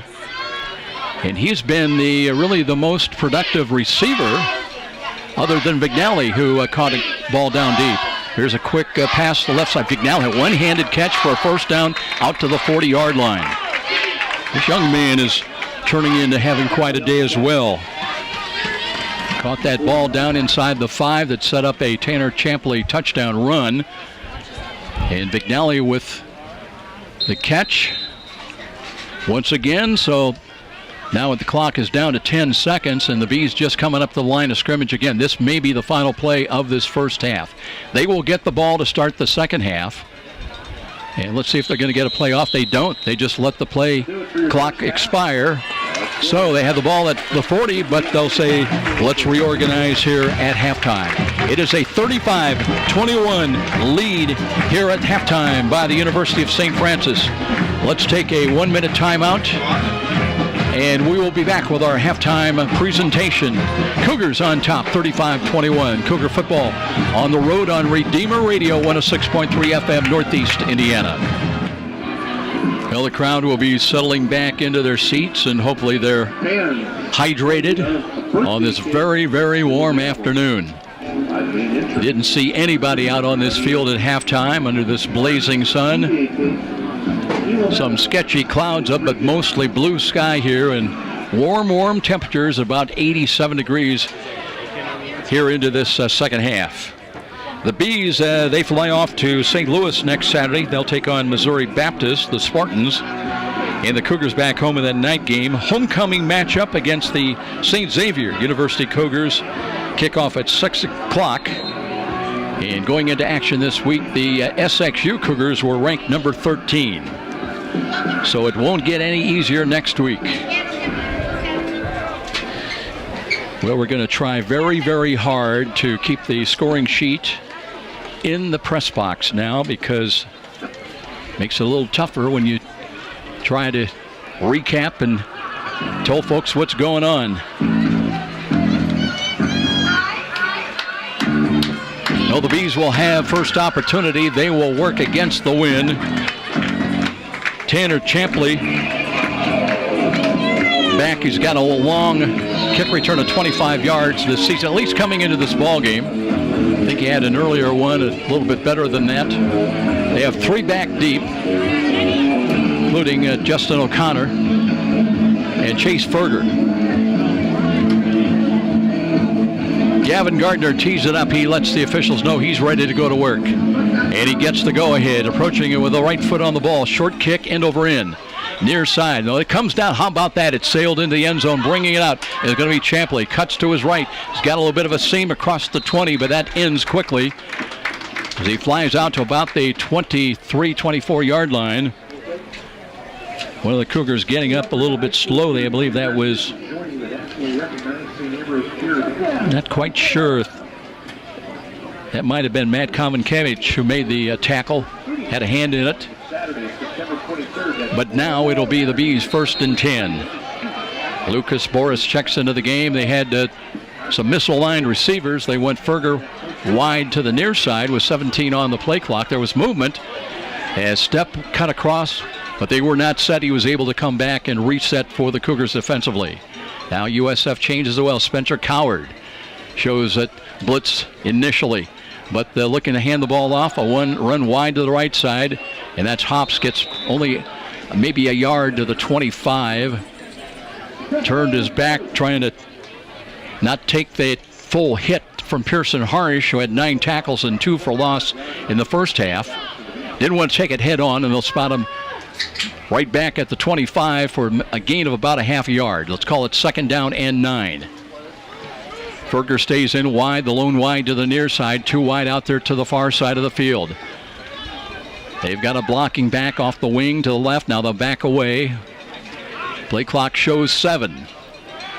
Now a little motion by Petty. Featured, now he works back on the right side and picked up by Dunton. And here's the blitz coming. Here's the throw near side. And that's Eli Petty once again. So Dunton tried to have the coverage on them that time. A little score out patent. And Eli Petty has been a factor receiving. That is good for a 1st down. And it'll be 1st and 10 at the 35. James Jamesich in at defensive end. Cougars right now with 4 down defensive linemen on 1st and 10. Here's the drop and a throw near side. Again, Petty's got it against Wilmer Cole. Got away for a moment and works close to a 1st down, up to at least the 44-yard line. So Eli Petty's having a career day against the Cougar pass defense. 2 straight catches. Remember, at the start of the ball game, he figured prominently. An improving field position now for St. Ambrose. They'll still have 2 wide to the far side. McNally, got to keep an eye on him. He's had some big catches today. Ryan Johnson's got the coverage on him. Comes up in press coverage now. They want to set up the bubble screen? No. They'll hand the ball off, and that was a mistake. As Mr. 98, 320-pound senior, 6'5", Eric Hemmelgarn says, I will have none of that. And it's a loss all the way back to the 40-yard line. So Hemmelgarn imposing his will. Jordan May also, now the Cougars adapt to a 3-down defensive front. On 3rd down and 5, they've got to reach the Bees 45-yard line. Corners are coming up in press coverage now. And the safeties all within about 12 yards of the line of scrimmage. Here's Romani wanting to throw. Steps up. He's got time and throwing downfield. Got a man out there, but overthrows the intended receiver. Trying to lay out for it. I believe, was that Vignali? It was. Cougars had double coverage back there, but Vignali did reach and had a shot at the ball. But now it'll be 4th down, and the Bees, after picking up 1 first down, will have to punt the ball away.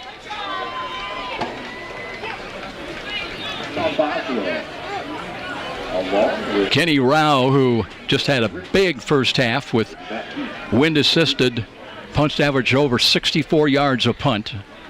Gets a good delivery, kick is away, and a wobbly ball, fair catch is caught, and the Cougars will have it at their 32-yard line. I believe that was Rixey that came up and called for fair catch. He did, and St. Francis now will have the offensive unit out there for the first time in the second half.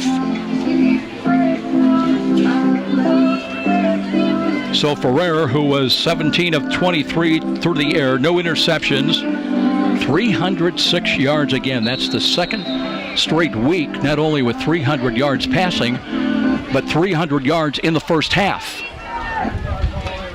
And he will have thrown for 2 touchdowns today.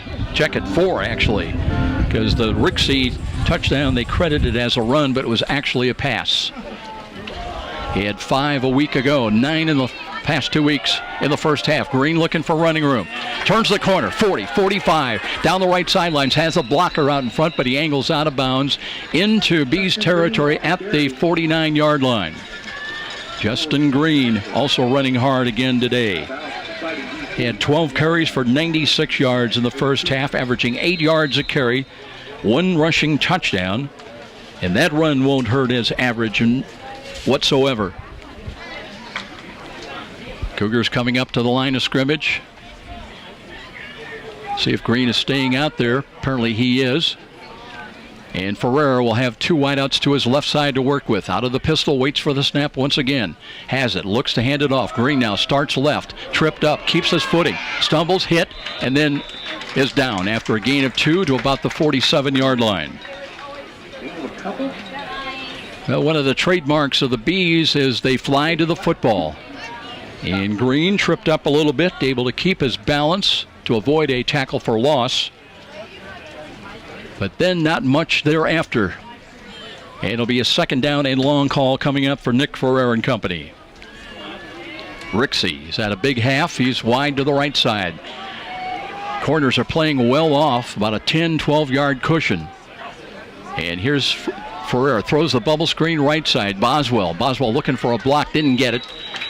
Is brought down, pushed out of bounds on the far side at about the 42-yard line. That'll be 3 yards short of the first down, with a 3rd down call coming up and 10:49 remaining in this 3rd quarter. 35-21 at half, that's where we are now.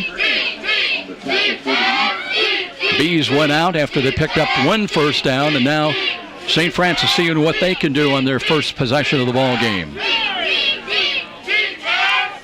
Cougars have got some new numbers in there as receivers. We'll check them for you.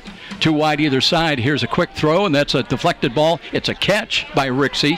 He's right to the stick, and they will have the first down. So quick reaction that time by Nick Ferrer as he turned and threw, and Rixey, I believe that ball, he kind of juggled a little bit, but they rolled it to catch, and they move the chains. It'll be spotted nose of the football just inside the Bees' 39-yard line. Casey Call, one of the wideouts with Rixey. They're in tandem to the far side. Now Call comes up on the line of scrimmage, 2 wide to the left. Ferrer, blitz coming defensive right side. Quick throw to the right, the screen is there. Rixey looking, got a block. Works down the right side, inside the 30, 25, 20, and he will score. Right now, if he did not step out of bounds, it will be a touchdown run of 39 yards at the 9:51 mark. We will call that 39 yards.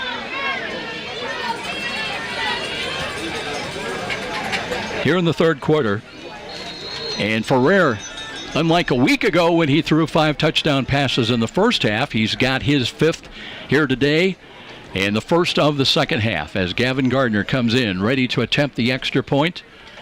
Looking for the 42nd point of the afternoon on the way, and it is good. So make it 42-21. Cougars have doubled up now on the Bees, and we will step out. This is Cougar Football on Redeemer Radio, 106.3 FM, Northeast Indiana.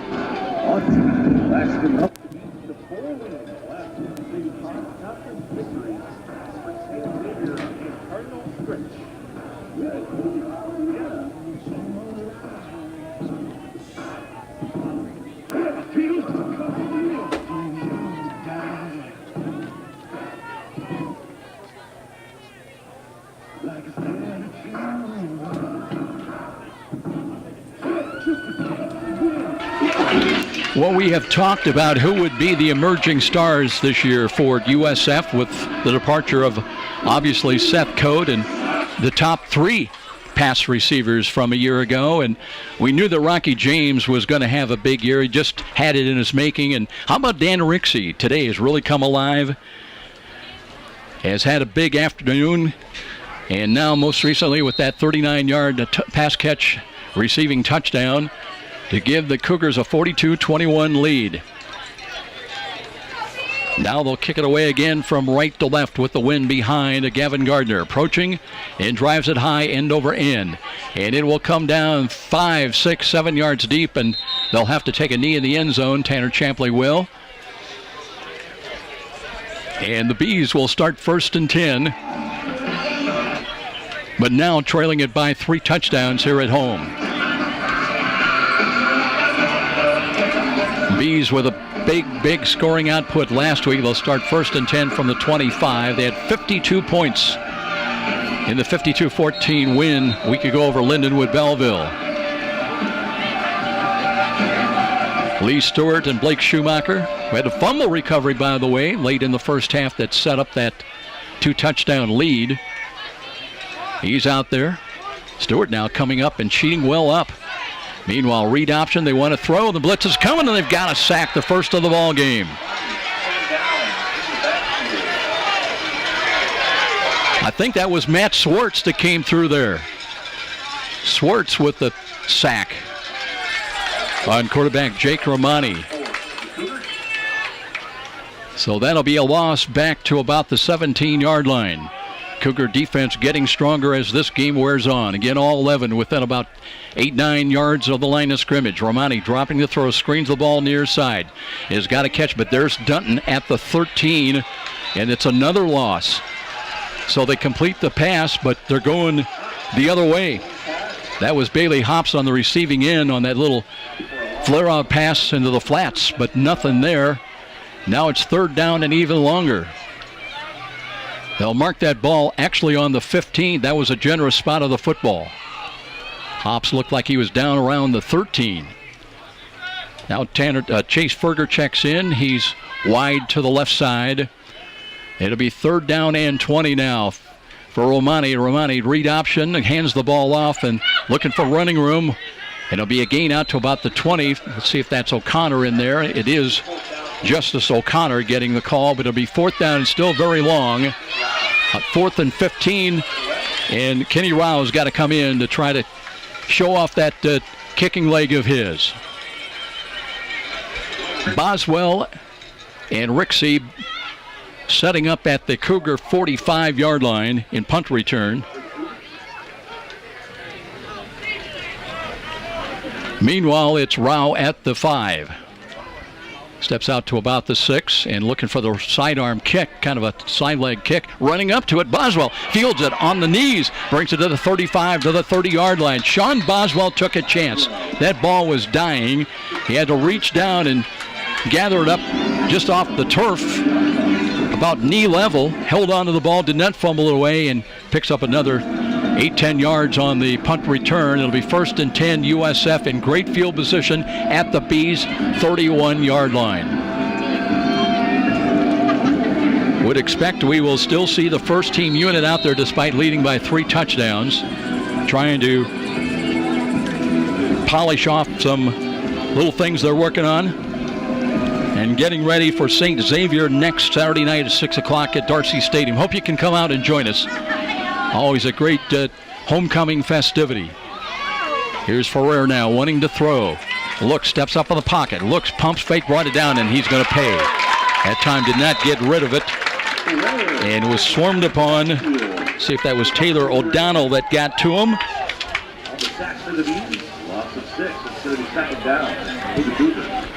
So now both defenses have started to emerge.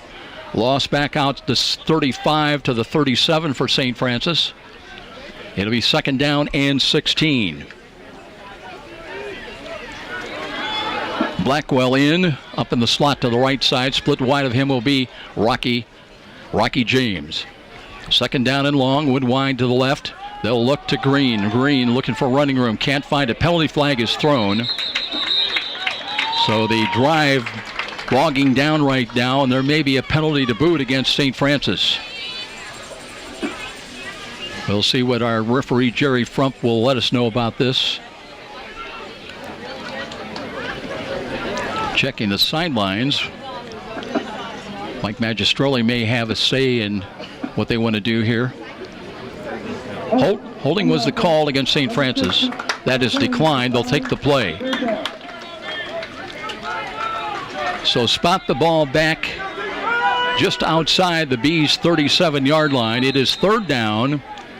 Cougars trying to reach the 21-yard line on this snap. They were 4 of 7 on 3rd down opportunities in the first half. 2 wide again to the right, 1 wide to the left. And Ferrer looking to make a throw. Given ground, screens the ball. He's got a catch and then a drop, and then nearly it was intercepted. Oh, they went out of bounds. Let's see how they're going to rule it.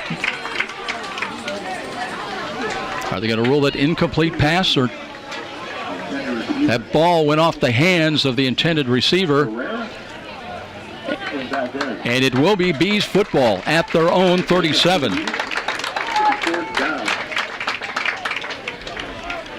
So that will call that an interception. And the Bees will have decent field position at their own 37, 1st and 10. 6:46 remains in the 3rd quarter, 42-21 ball game.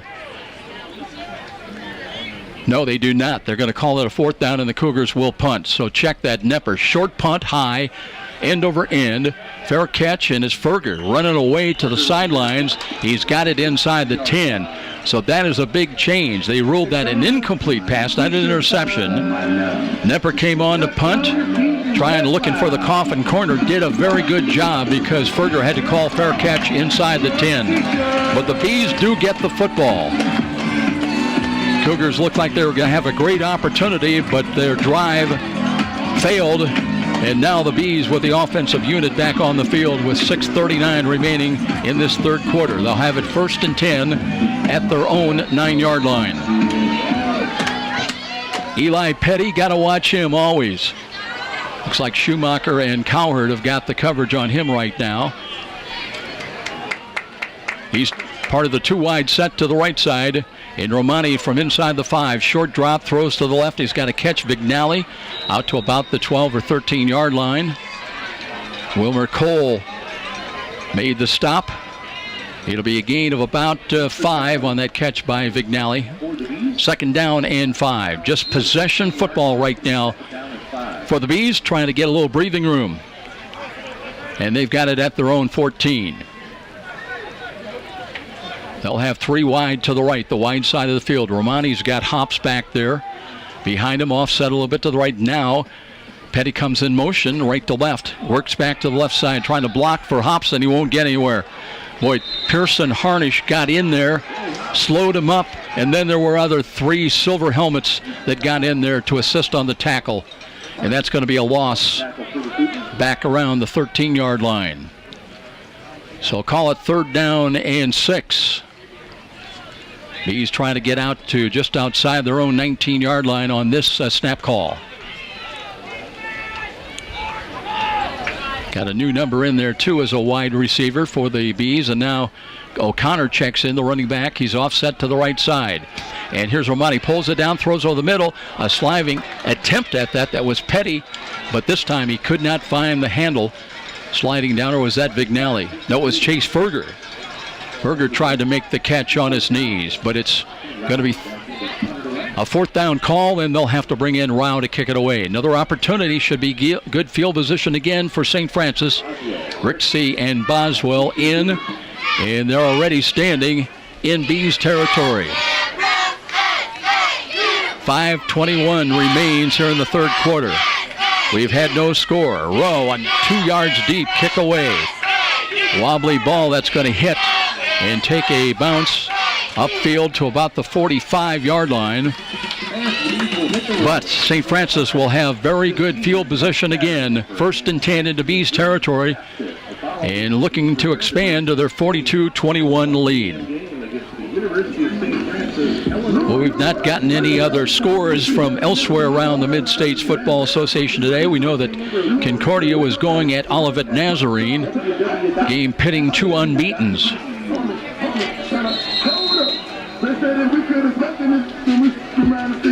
Justin Green will come back into the ball game now.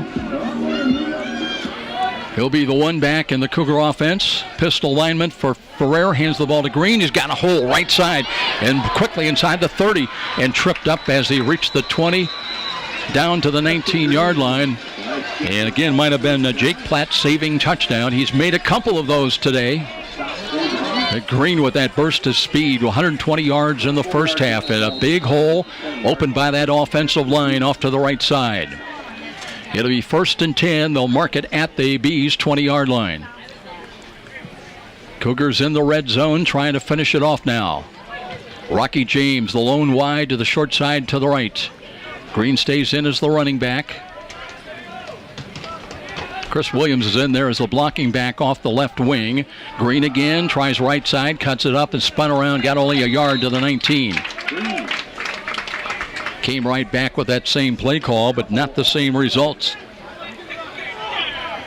Gain of 1 and 2nd down and 9 now for St. Francis. Clock inside 4.5 minutes in this third quarter. Boswell will join Rocky James off to the right side.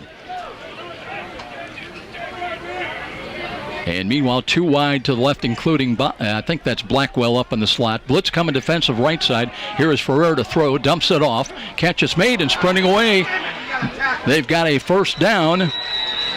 And let's see, that was Rocky James with that catch. They had him wrapped up for the stop short of the 1st down, and then James able to twist and turn and shake the tackler loose. And carries down inside the 10. It'll be 1st and goal for USF at the Bees 9-yard line.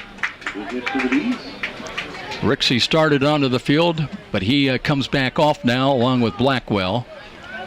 Nate Carson comes in, and the Cougars also will bring Yanni Cooper in. Boswell in off the left half, off the left wing, I should say. Motion right to left, and here is a little flip pass, and that time they were waiting for it. Carson coming from right to left.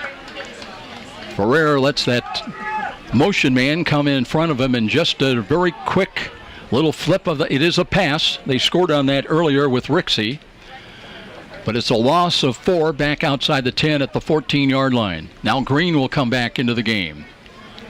Boswell stays out there. And Chris Smith, who's a 5'10", 230-pound sophomore out of Pike High School, stays in as a blocking back off the right wing. Boswell up in the slot to the left side. Cooper split wide of him. And now, let's see, the Cougars I think are going to take a timeout, or is it the Bees? Yeah, it's St. Francis with the timeout. They have 2 left, 2:48 left in the quarter, and we'll step out for this 30-second timeout. 42-21, our score. Still the Cougars on top. This is Cougar Football on Redeemer Radio, 106.3 FM, Northeast Indiana.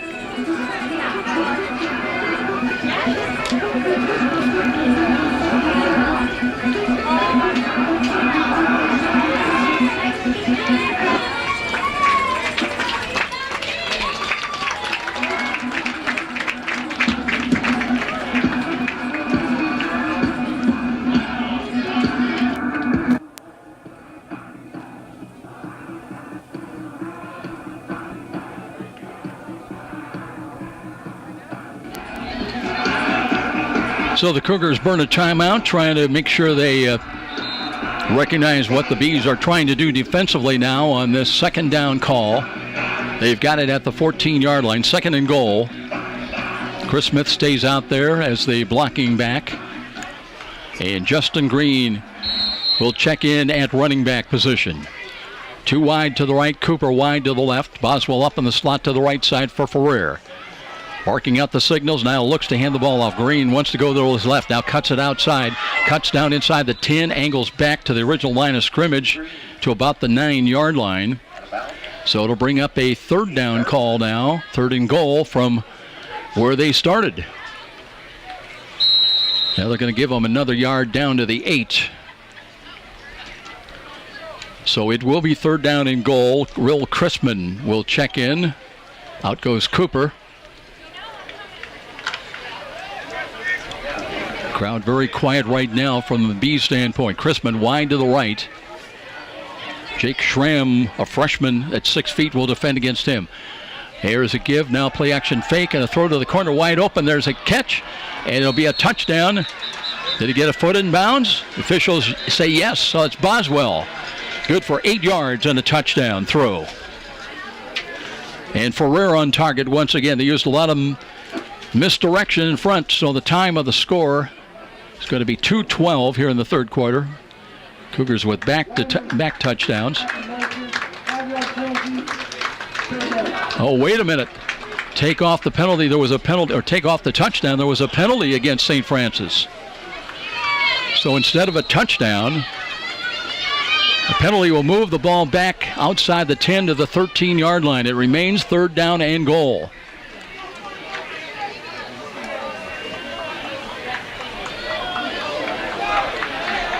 I believe Eli Wallace has checked into the ball game as running back, as Ferrer now has motion from Cole left to right. One good throw, and there's the throw, and that one is dropped in the end zone. I think that was Crispin wide open and right into the breadbasket. That was a sure 6, but the 6'6" sophomore could not find the handle, and it'll bring up 4th down. Now, do you go for 3? No, they're going to bring Rocky James and Dan Rixey back on. So the Cougars trying to make a 13-yard touchdown play right here on 4th down and goal, still with 2:06 remaining in this 3rd quarter. Now Jerry Frump, our referee, waving his hands. And they're going to reset the play clock to 40 seconds.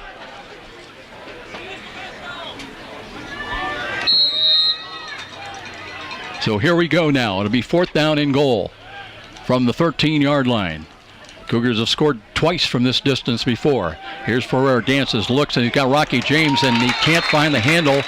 There was contact, but no penalty, no flags, and the 4th down bid fails, and St. Ambrose will take over possession of the football at their own 13-yard line.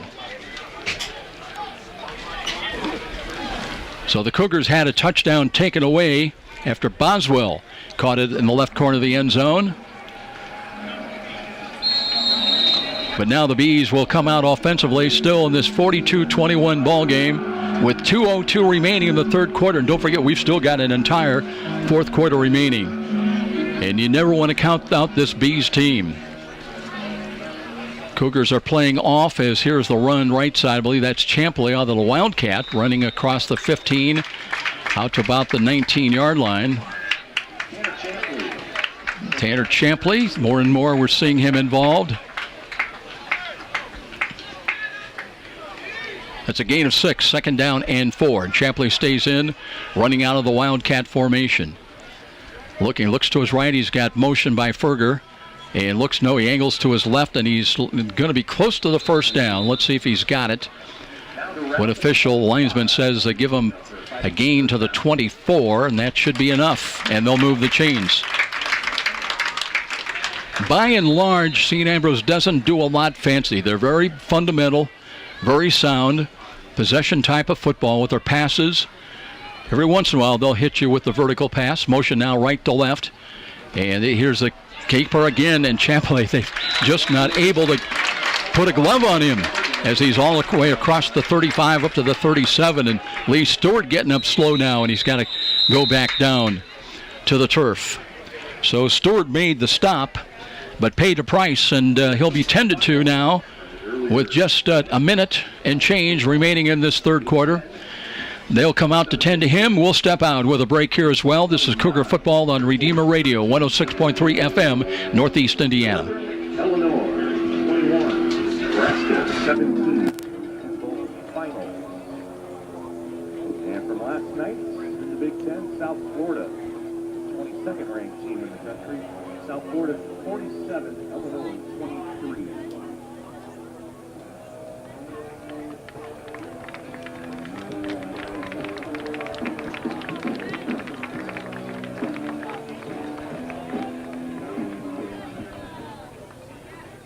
Other games around the country. Finals. Memphis. 48. Looks like Lee Stewart's going to be okay, walking off the field under his own power. Just had his bell rung a bit. But Tanner Champley stays out there as the Wildcat quarterback now, taking the direct snaps, and he has been effective today. Ran for 3 rushing touchdowns in the first half. He's got motion again, right to left, keeps the ball himself, looking for running room, trying to get to the outside, but this time swarmed upon as the Cougars chase him down after a couple of yards gain, trying to scramble to his left. USF trying to keep some fresh troops in there. Jordan May still out there defensively. See if Hemmelgarn is out there as well. Jamesic. And it'll be 2nd down and 8. Champley again, motion by Ferger from left to right. Wants to run off tackle to the right side. Cuts back, breaking tackles. Runs again up to the 38, 39-yard line. Where the Cougars have just not been able to hit him low enough. They're trying to make arm tackles. And Champley, again, now he'll check out of the ball game. And regular quarterback Jake Romani comes back in on 3rd down and 6. Trying to reach the 45-yard line. Vignali in wide to the left side. And where is Eli Petty? Up in the slot to the right. So here we go. Hops is the running back. Now whistles blow. And that is the end of the third quarter. So still 42-21. Cougars in the lead, but still 15 minutes to play. We'll return to Davenport. This is Cougar Football on Redeemer Radio, 106.3 FM, Northeast Indiana. Okay, can run a minute here.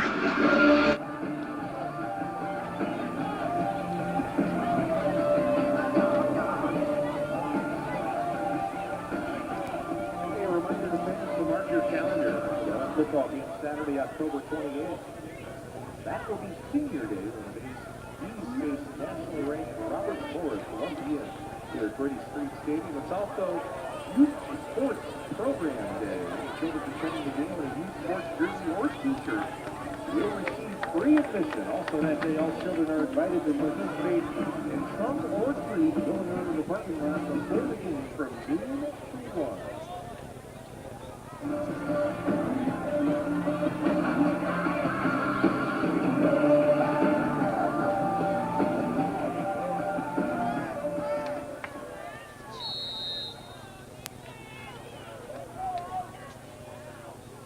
Romani on 3rd down, wants to throw, looks, throws near side's got a man and a catch, and that's Vignali. Runs a little square out pattern against Wilmer Cole. And they'll move the chains 1st and 10 short of midfield for the Bees on the first snap here in the fourth quarter. St. Ambrose just trying to take what the Cougar defense gives them. Crowd very quiet once again as we're underway in the fourth quarter. Ferger up in the slot to the right side. And here is Champley back in there looking for running room. The ball is free. Who will get it? Still loose. And the Cougars, I believe, have got it at the 45. Let's see who covered up on that football for St. Francis. Getting up off the bottom of the pile. Still waiting. And maybe taking a little bit of a hit because he's still down. We'll try to get the glasses, but St. Francis will have the ball on the fumble recovery at the 45-yard line.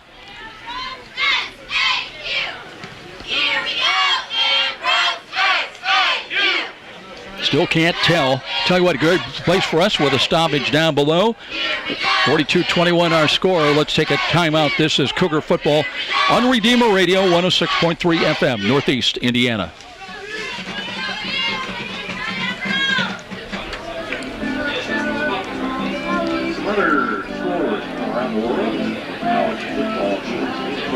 into the first quarter, Wisconsin 10, USF 3. Start of the second quarter, Minnesota 3, Tennessee State 0. Near the end of the first quarter, North Texas and Iowa tied at 7. Rutgers into the first quarter, leading Oregon State 7-0. Still can't quite read the number, but the indications, Missouri 0. holding the arms out high, now helped to his feet, and that is Lee Stewart. So Lee Stewart walking slowly off the field, but under his own power. He came and covered up on that loose football, and St. Francis will have it. Working against the wind now at the Bees 45-yard line. So the Cougars last time they had a touchdown taken away off the board on a penalty call, and it remains 42-21.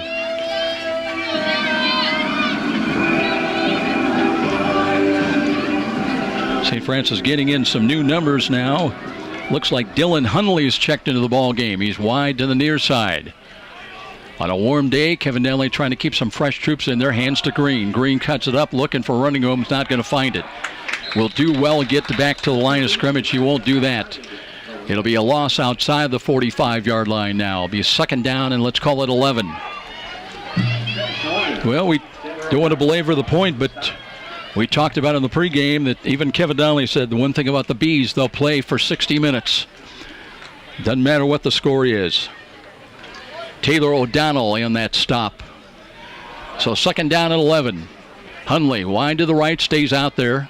Ferrer out of the shotgun formation now. Too wide either side of the field. Looks to throw the quick slant. Has got the catch by Hunley. Got to the 42. They double teamed on him very quickly. Dylan Valdez was there with help from James Welton. But it will still bring up a 3rd down and 6 situation for St. Francis. They were 4 of 7 in the first half. Trying now to reach the 35-yard line. Herrera walking back into the huddle. Cougars do huddle up with still 17 on the play clock. Blackwell in the slot left side. Split wide of him is going to be Nate Carson.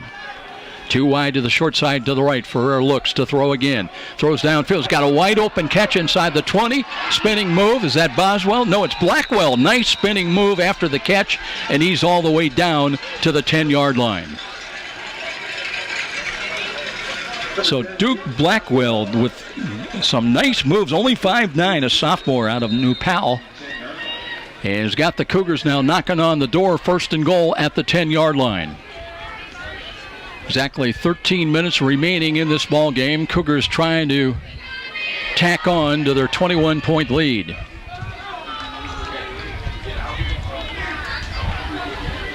Ferrer brings them up to the line of scrimmage once again.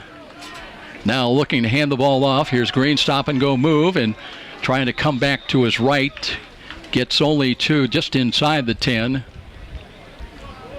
Not much there. Glock right now, the ally of St. Francis, trying to keep everybody healthy on this warm afternoon.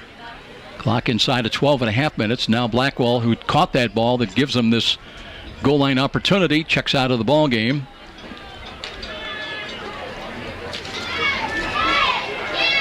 Meanwhile, let's see.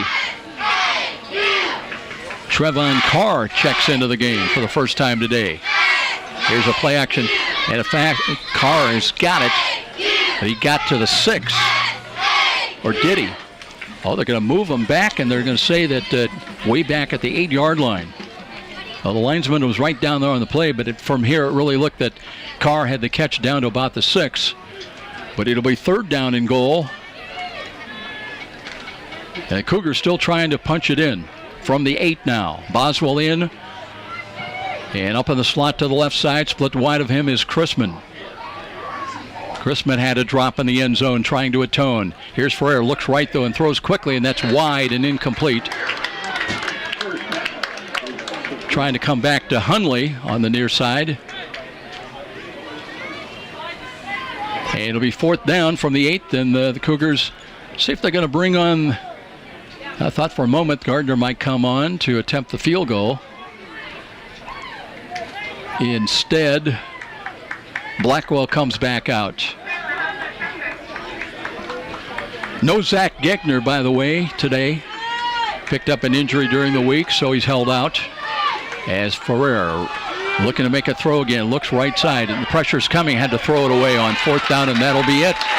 So twice, at least this time, he did not take the sack, but he took the hit. And Ferrer slow getting up, still on his knees, and then back down. That would be disaster. Nick rolling over onto his backside. So they'll come out to tend to him, and you hope it was just a hard hit, and he's kind of looking down at his leg. So we'll keep our eyes focused on that, but meanwhile we'll step out for another timeout. And the Bees have held again. They'll have it at their own 8-yard line with 11:39 remaining. 1st and 10, but trailing it 42-21. And we'll take a timeout. This is Cougar Football on Redeemer Radio, 106.3 FM, Northeast Indiana. St. Ambrose University Athletics and St. Ambrose University Football on Facebook, and follow at SAU Bees and at Football SAU.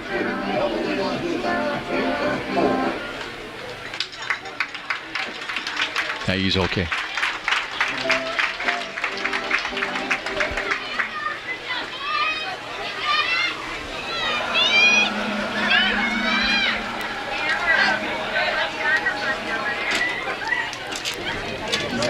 Well, that was scary. Anytime your All-America quarterback is slow getting up, but Ferrer does get up, walks off the field under his own power. But it is a 4th down stop, and now the Bees will start 1st and 10 inside their own 10-yard line. And Romani will take the snap at about the 2-yard line. They got an offset eye. He wants to throw out of the end zone, steps up now, scrambling, looking to give ground, still circling back in the end zone, throws near side. Petty's got it. Petty brings out across the 15 to about the 18-yard line. Eli Petty bailing out Jake Romani, who was dipping and diving back in the end zone, buying time and trying to evade that pass rush by the Cougars, and makes a positive play out of it, good for a 1st down. A little more breathing room now for Romani. Looks to drop and throw again. Steps up in the pocket, throws to the right side, picked off. Here comes Ryan Johnson to the house and a pick 6. He returns it 18 yards, and Ryan Johnson has had a big play each of these first 3 weeks. Now there is a penalty flag on the field. Let's hold off. Let's see what we've got from Jerry Frump. But right now, an 18-yard pick 6 by Ryan Johnson.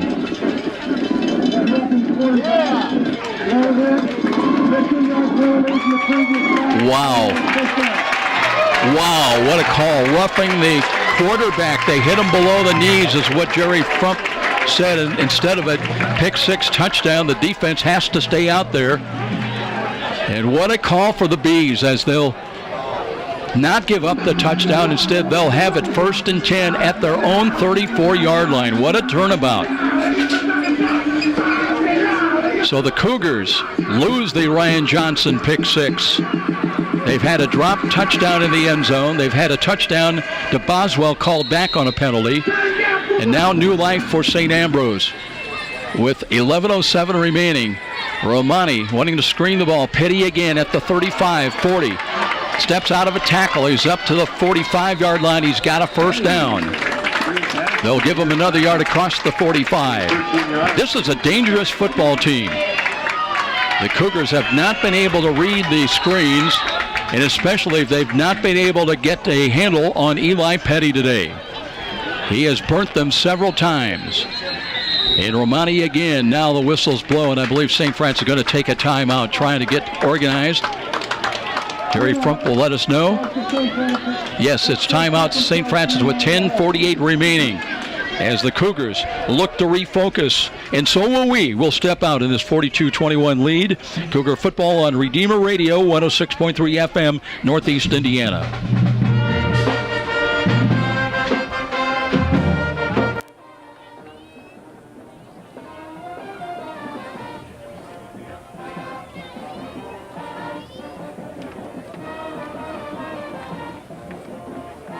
Looks like 4 more spots following with this.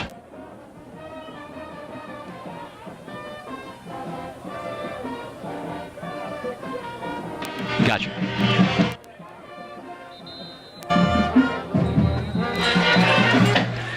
Well, it's been a bit of an uphill struggle for St. Francis. They've had points on the board taken away from them for varying reasons. And now Jake Romani and the Bees with improving field position at their own 46-yard line. Looking to run the ball now, and there's Justin O'Connor taking tacklers into Cougar territory. Straight up the middle he runs. Reaches the 40. Boy, they got a good spot on that. Spotting it just outside the 45-yard line.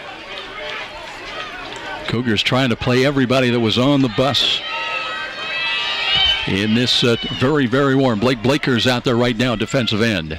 And Romani ready to go. It was not good for a first down, 2nd and 1. Here's Romani wanting to throw. A lot of time in the pocket. Throws back near side, and the ball is incomplete. Wilmer Cole had the coverage, and he was eyeing Chase Ferger. He was the intended target, and Cole was trying to step in front, but that pass sailed incomplete, out of bounds. But now it's 3rd down and 1. Still at the USF 46-yard line. Well, you've got 10-11 remaining. You're down 3 touchdowns, and I'm guessing that St. Ambrose, if for some reason they do not come up with the first down, that they would go for it in this situation. Petty's up in the slot, flanked to the right side. And Romani has him in motion now, back to the left side. Hands the ball. It's Ferger. He's got the first down. Looking for more as he brings it inside the 40 to the 38. And let's see, is there going to be another penalty flag thrown? Because there was a little bit of extracurriculars after.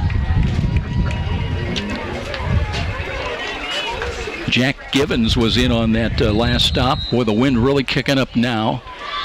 And that will aid the Bees. They've got it 1st and 10 at the St. Francis 39-yard line. 42-21. Touchdown now would make it even more interesting. Here's Romani wanting to throw. Now looks near side. Down there looking for Vignali. Up, and he can't handle it. Now there's going to be a penalty flag against Wilmer Cole in the end zone. And now Wilmer Cole sits down. I don't know if he picked up a cramp or just needs a breather. 2 penalty flags down there. And Cole out of gas.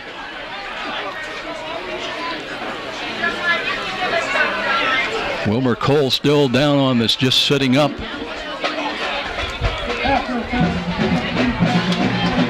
Well, if you're going to pick up a penalty, that's the way to do it in the college game. It's not a spot foul, it'll be a walk-off. So they put the ball down at the USF 24-yard line. Cole's going to check out of the ball game for at least a play. Get some liquids in him. And Eli Petty, where is he always? You got to watch him today. He has been an impact player. Up on the wing to the right side, comes back in motion right to left to the near side. And Romani looking, he'll screen the ball to the far side. It's caught by Hops. Hops tripped up and dropped at about the 24-yard line. So he'll get back to the line of scrimmage after all that running around. And let's call it still 2nd down and 10. Hops out of the game. They'll bring Justice O'Connor in, a 180-pound junior running back, 5'7". Well, they've had their best luck with Tanner Champley running out of the Wildcat today. Ran for 3 rushing touchdowns. Romani to throw. Looking, steps up, throws. He's got a catch at the 15-yard line, and that's close to a first down.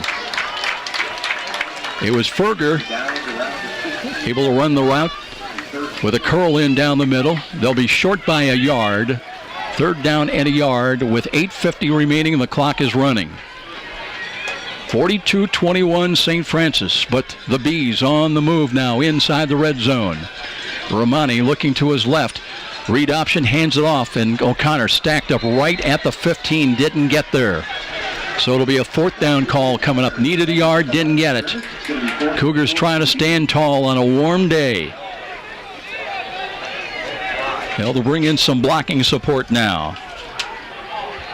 As Carter Himmelman will check into the game, O'Connor leaves. And what will the Bees try to do on 4th down and still needing a yard? Play clock at 14. They're still standing around. Game clock approaching 8 minutes, time remaining. Boris in up in the slot to the right side.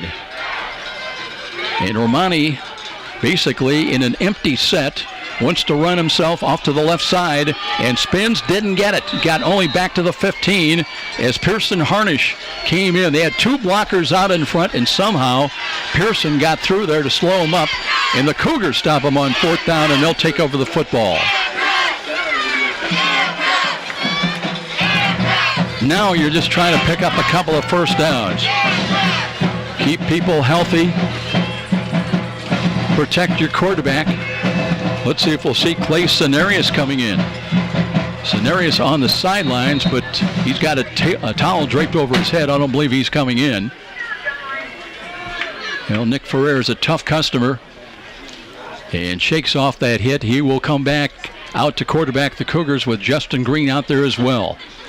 Just trying to pick up a couple of first downs now and run the clock. That is the ally of St. Francis. Green. Look, no, it's play action fake, and here's a throw out to the near side. Rixey's got it. A little score out pattern run by Danny's had a big day for USF, and out of bounds at about the 25, and that is good for first down. So improving position now for St. Francis.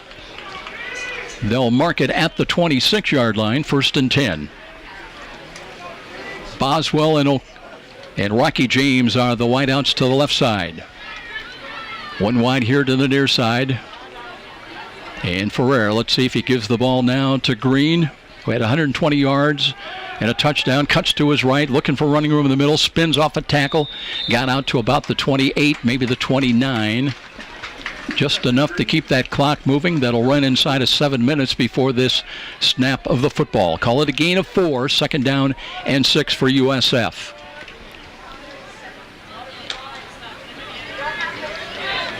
Well, the Cougars thought they might have much more than 42 so far today. Had a drop pass in the end zone. Had a touchdown taken away. Twice they've been in the red zone and have not scored on 4th down calls. Here's a quick throw to the slot. That's Boswell. And we'll take what they give. And that will be short of the first down. It'll bring a 3rd down and a long 2. Cougars hurry up to the line of scrimmage now, wanting to run a play.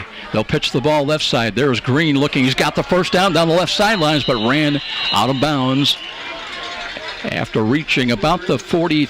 Let's see where they mark him out of bounds. At the USF 43-yard line on the far side of the field. It is enough yardage for the first down. And that'll keep possession to the silver and blue here on the road. And with under 6.5 minutes time remaining. Cougars just trying to get out of this with that 3-touchdown lead. Casey Call in. He's up on the wing to the left side. He's had a couple of catches today. Blitz coming up the right side. Play action fake. Here is a long throw. They're looking for Rixey. Rixey got a right hand on it but couldn't control it. Coverage there, but Ferrer against the wind that time, and Rixey just able to flash out that right hand and try to make a one-handed grab, but couldn't quite do it. That'll stop the clock now with 5:57 to play.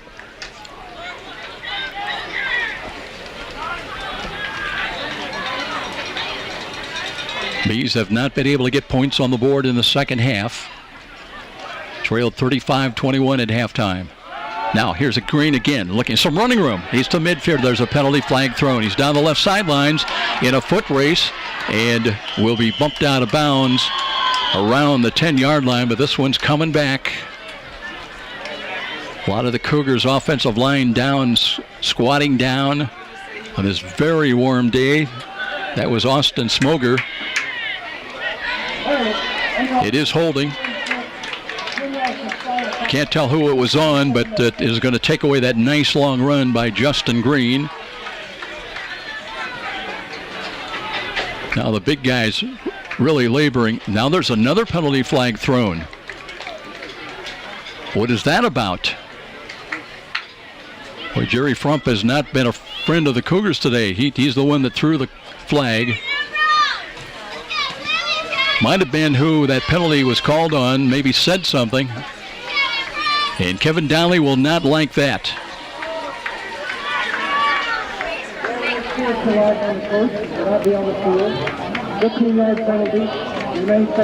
Couldn't tell who, but it was 15 yards, unsportsmanlike penalty.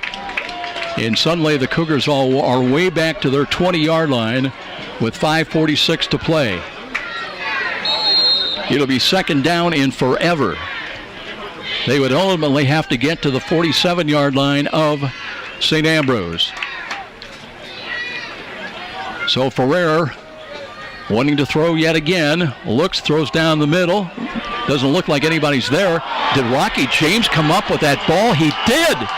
He split two defenders. They had double coverage down there. And Rocky James somehow timed his leap and grabbed that football for a first down. And they will have it 1st and 10 at the 37-yard line, and that is definitely going to make the highlight film. So Ferrer threw that ball high, put a lot of air under it. Didn't look like it had a prayer of being completed, but Rocky James thought otherwise. Nate Carson into the short side to the left. Too wide to the right, so here come the Cougars trying to bounce back. And Ferrer handing it off. It is not sent out. There's another penalty flag thrown as the gain is all the way down inside the 30-yard line.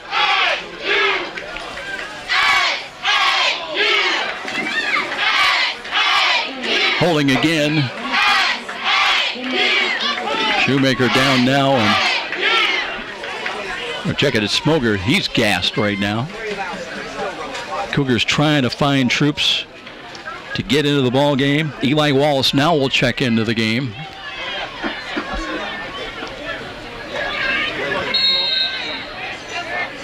Boy, I hope you've got a couple of giant kegs of Gatorade and water, because both these teams are going to need it after this has just been like a Bataan Death March football game both ways. A hot, hot day here in September. Here's a little the pass is complete near side. Well, even the play-by-play guy is a little warm. Catch was made at the 40-yard line, so they get some of the penalty yardage back. Boswell on the catch. And he will bring it down where they're going to spot that ball, about the 38-yard line. So it'll be second down and 11. Still 4.5 minutes remaining here in regulation. Cougars don't necessarily need the points. Want to pick up the first downs and, more than anything, keep that clock running. Carr comes back into the ball game. Trevon Carr sent to the near side as Ferrer wants to throw again. Looks, checks off, throws back, checks. Look to the middle. Rixey's got it inside the 20-yard line. Gave some ground back, but works his way back to the 20-yard line, and the Cougars in the red zone once again with just over 4 minutes remaining in this ball game. Ferrer with the time, checked off, wanted to go to his left. Instead throws back to the right side in the middle of the field basically for Dan Rixey. And the Cougars just content to try to rest as much as they can. Play clock at 15, and now they head up to the line of scrimmage. Now the big boys have lost some weight today on the offensive line. Here's the give and a run. Not much there.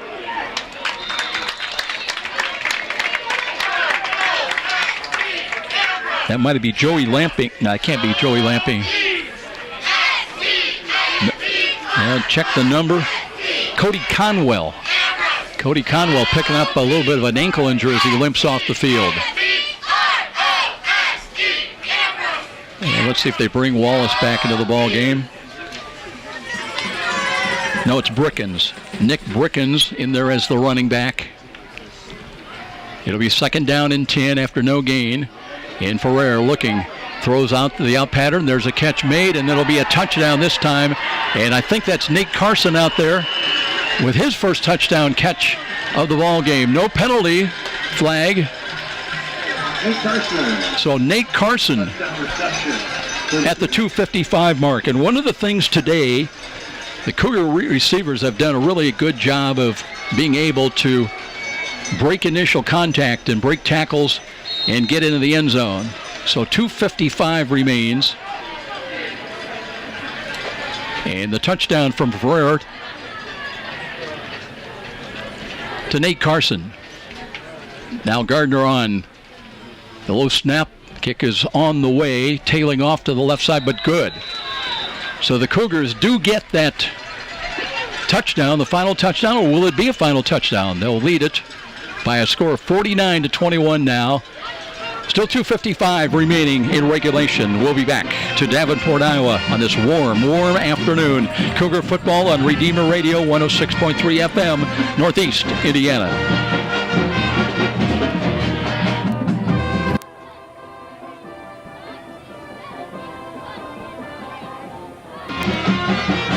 Robert, save that 60, whatever it is, for the end of the game.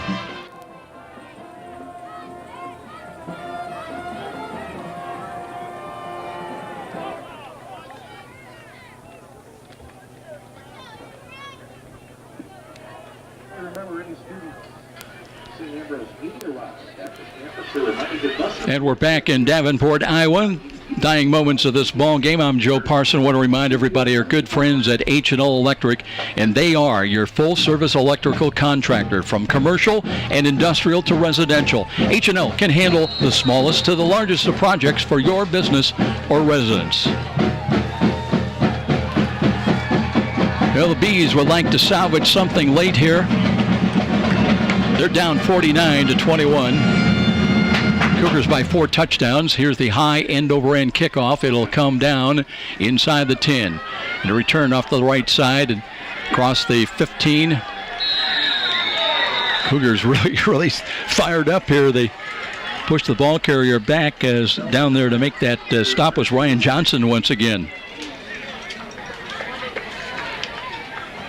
By the way, earlier on that pick 6 that was wiped out, I said Ryan Johnson. It was actually number 22, Stan Jackson. So let's give credit, even though it didn't stand up. But Stan really played the ball well, dived in front of it, and intercepted, and was on his way to a would-be apparent touchdown. That was denied because of a penalty. Now it's 1st and 10 for the Bees. And Romani looks like they want to run the ball, and they'll just bring it up to about the 20-yard line here. The final minutes of this ball game. Bees started out, this is their 3rd home game to start the season.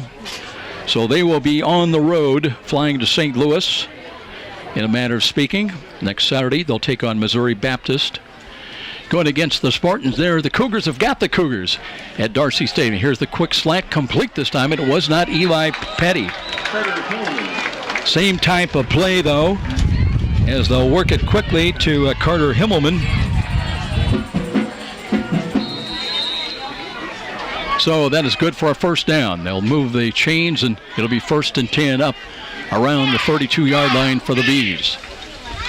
Dropping Romani, screens it out near side. Catch is made, and wow, a driving tackle. Good play defensively, knifing in there. That was Vito Tapia. And hit him right in the ankle. In fact, the ball carrier slow getting up for the Bees. They will help him up, and he's okay. That is good. That was Osterberger. Both teams getting in fresh numbers now in the late going. Clock exactly 2 minutes remaining in this ball game, and it moves again. Ferger stays out there up in the slot to the right side for the Bees. Romani out of the pistol, looking play action, and hands the ball off, and nothing doing. Cougars stop that for very little. In fact, the loss on the play. Check the Cougar number out there, making that play. That was Mitchell Thornberry in on the stop for this Cougar defense. So it'll be 3rd down, big loss, 3rd and 18. They got to get out to their own 43-yard line on this snap. Romani taking time off the clock now and looking to throw. No on the draw, hands it off. Run to the left side, and that's ended very quickly. Caleb Hankinson on the stop for the Cougars to bring up 4th down with just over a minute remaining, and the clock is running. So Kenny Rao will come on to punt the ball away. It'll be interesting to see what he's got. Rixey dropping back with Nate Carson. He had 2 punts in the first half, averaged over 64 yards. He's got the wind with him once again. And the flag is basically straight out. So let's see this one. And trust me, the Cougar punt returners are not backed up near enough. Here comes the kick away. Nice spiral. And that drives Rixey back. He's got it. Dropped the football. Dives on it at the 32-yard line. St. Francis will have possession for the final 24 seconds. And trying to go home on the bus in this 49-21 lead. So they just need to take a snap.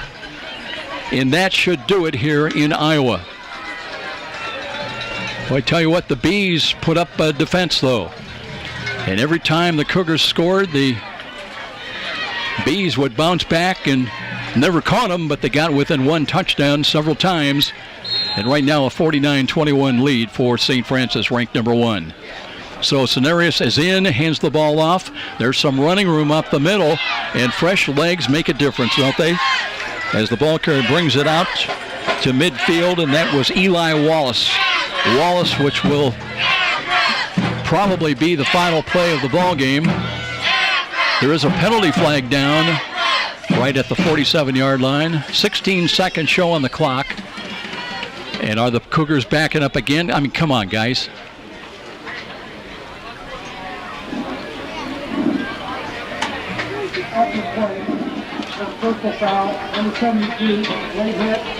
Personal foul against St. Francis on a late hit. That went on Landon Myers.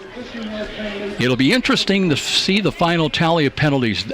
My impression is they have been one-sided totally. 2 hard-hitting teams. Remember, the Bees last week here had 8 penalties for 84 yards. Not questioning the calls against St. Francis, but I'm sure Kevin Donnelly will take note of the apparent disparity in the penalties here today. So again, Cenarius looking, hands the ball off, and this should be the final play. As a run to the left side will be only to the 40-yard line, and that is going to do it. So triple zeros come up on the clock, and the Cougars were tested here today on the road. We knew they would be, but they find a way. Manufacturing scores. Nick Ferrer with over 300 yards in the first half and leading the Cougars en route to a 49-21 road victory here. And the Cougars now, in lifetime against the Bees, they are 10-1. The only victory for St. Ambrose came back in Fort Wayne. They won it 15-14 back in the 2012 season. 49-21 the final here today. We are back with our post-game show. We will step out. This is Cougar Football on Redeemer Radio, 106.3 FM, Northeast Indiana.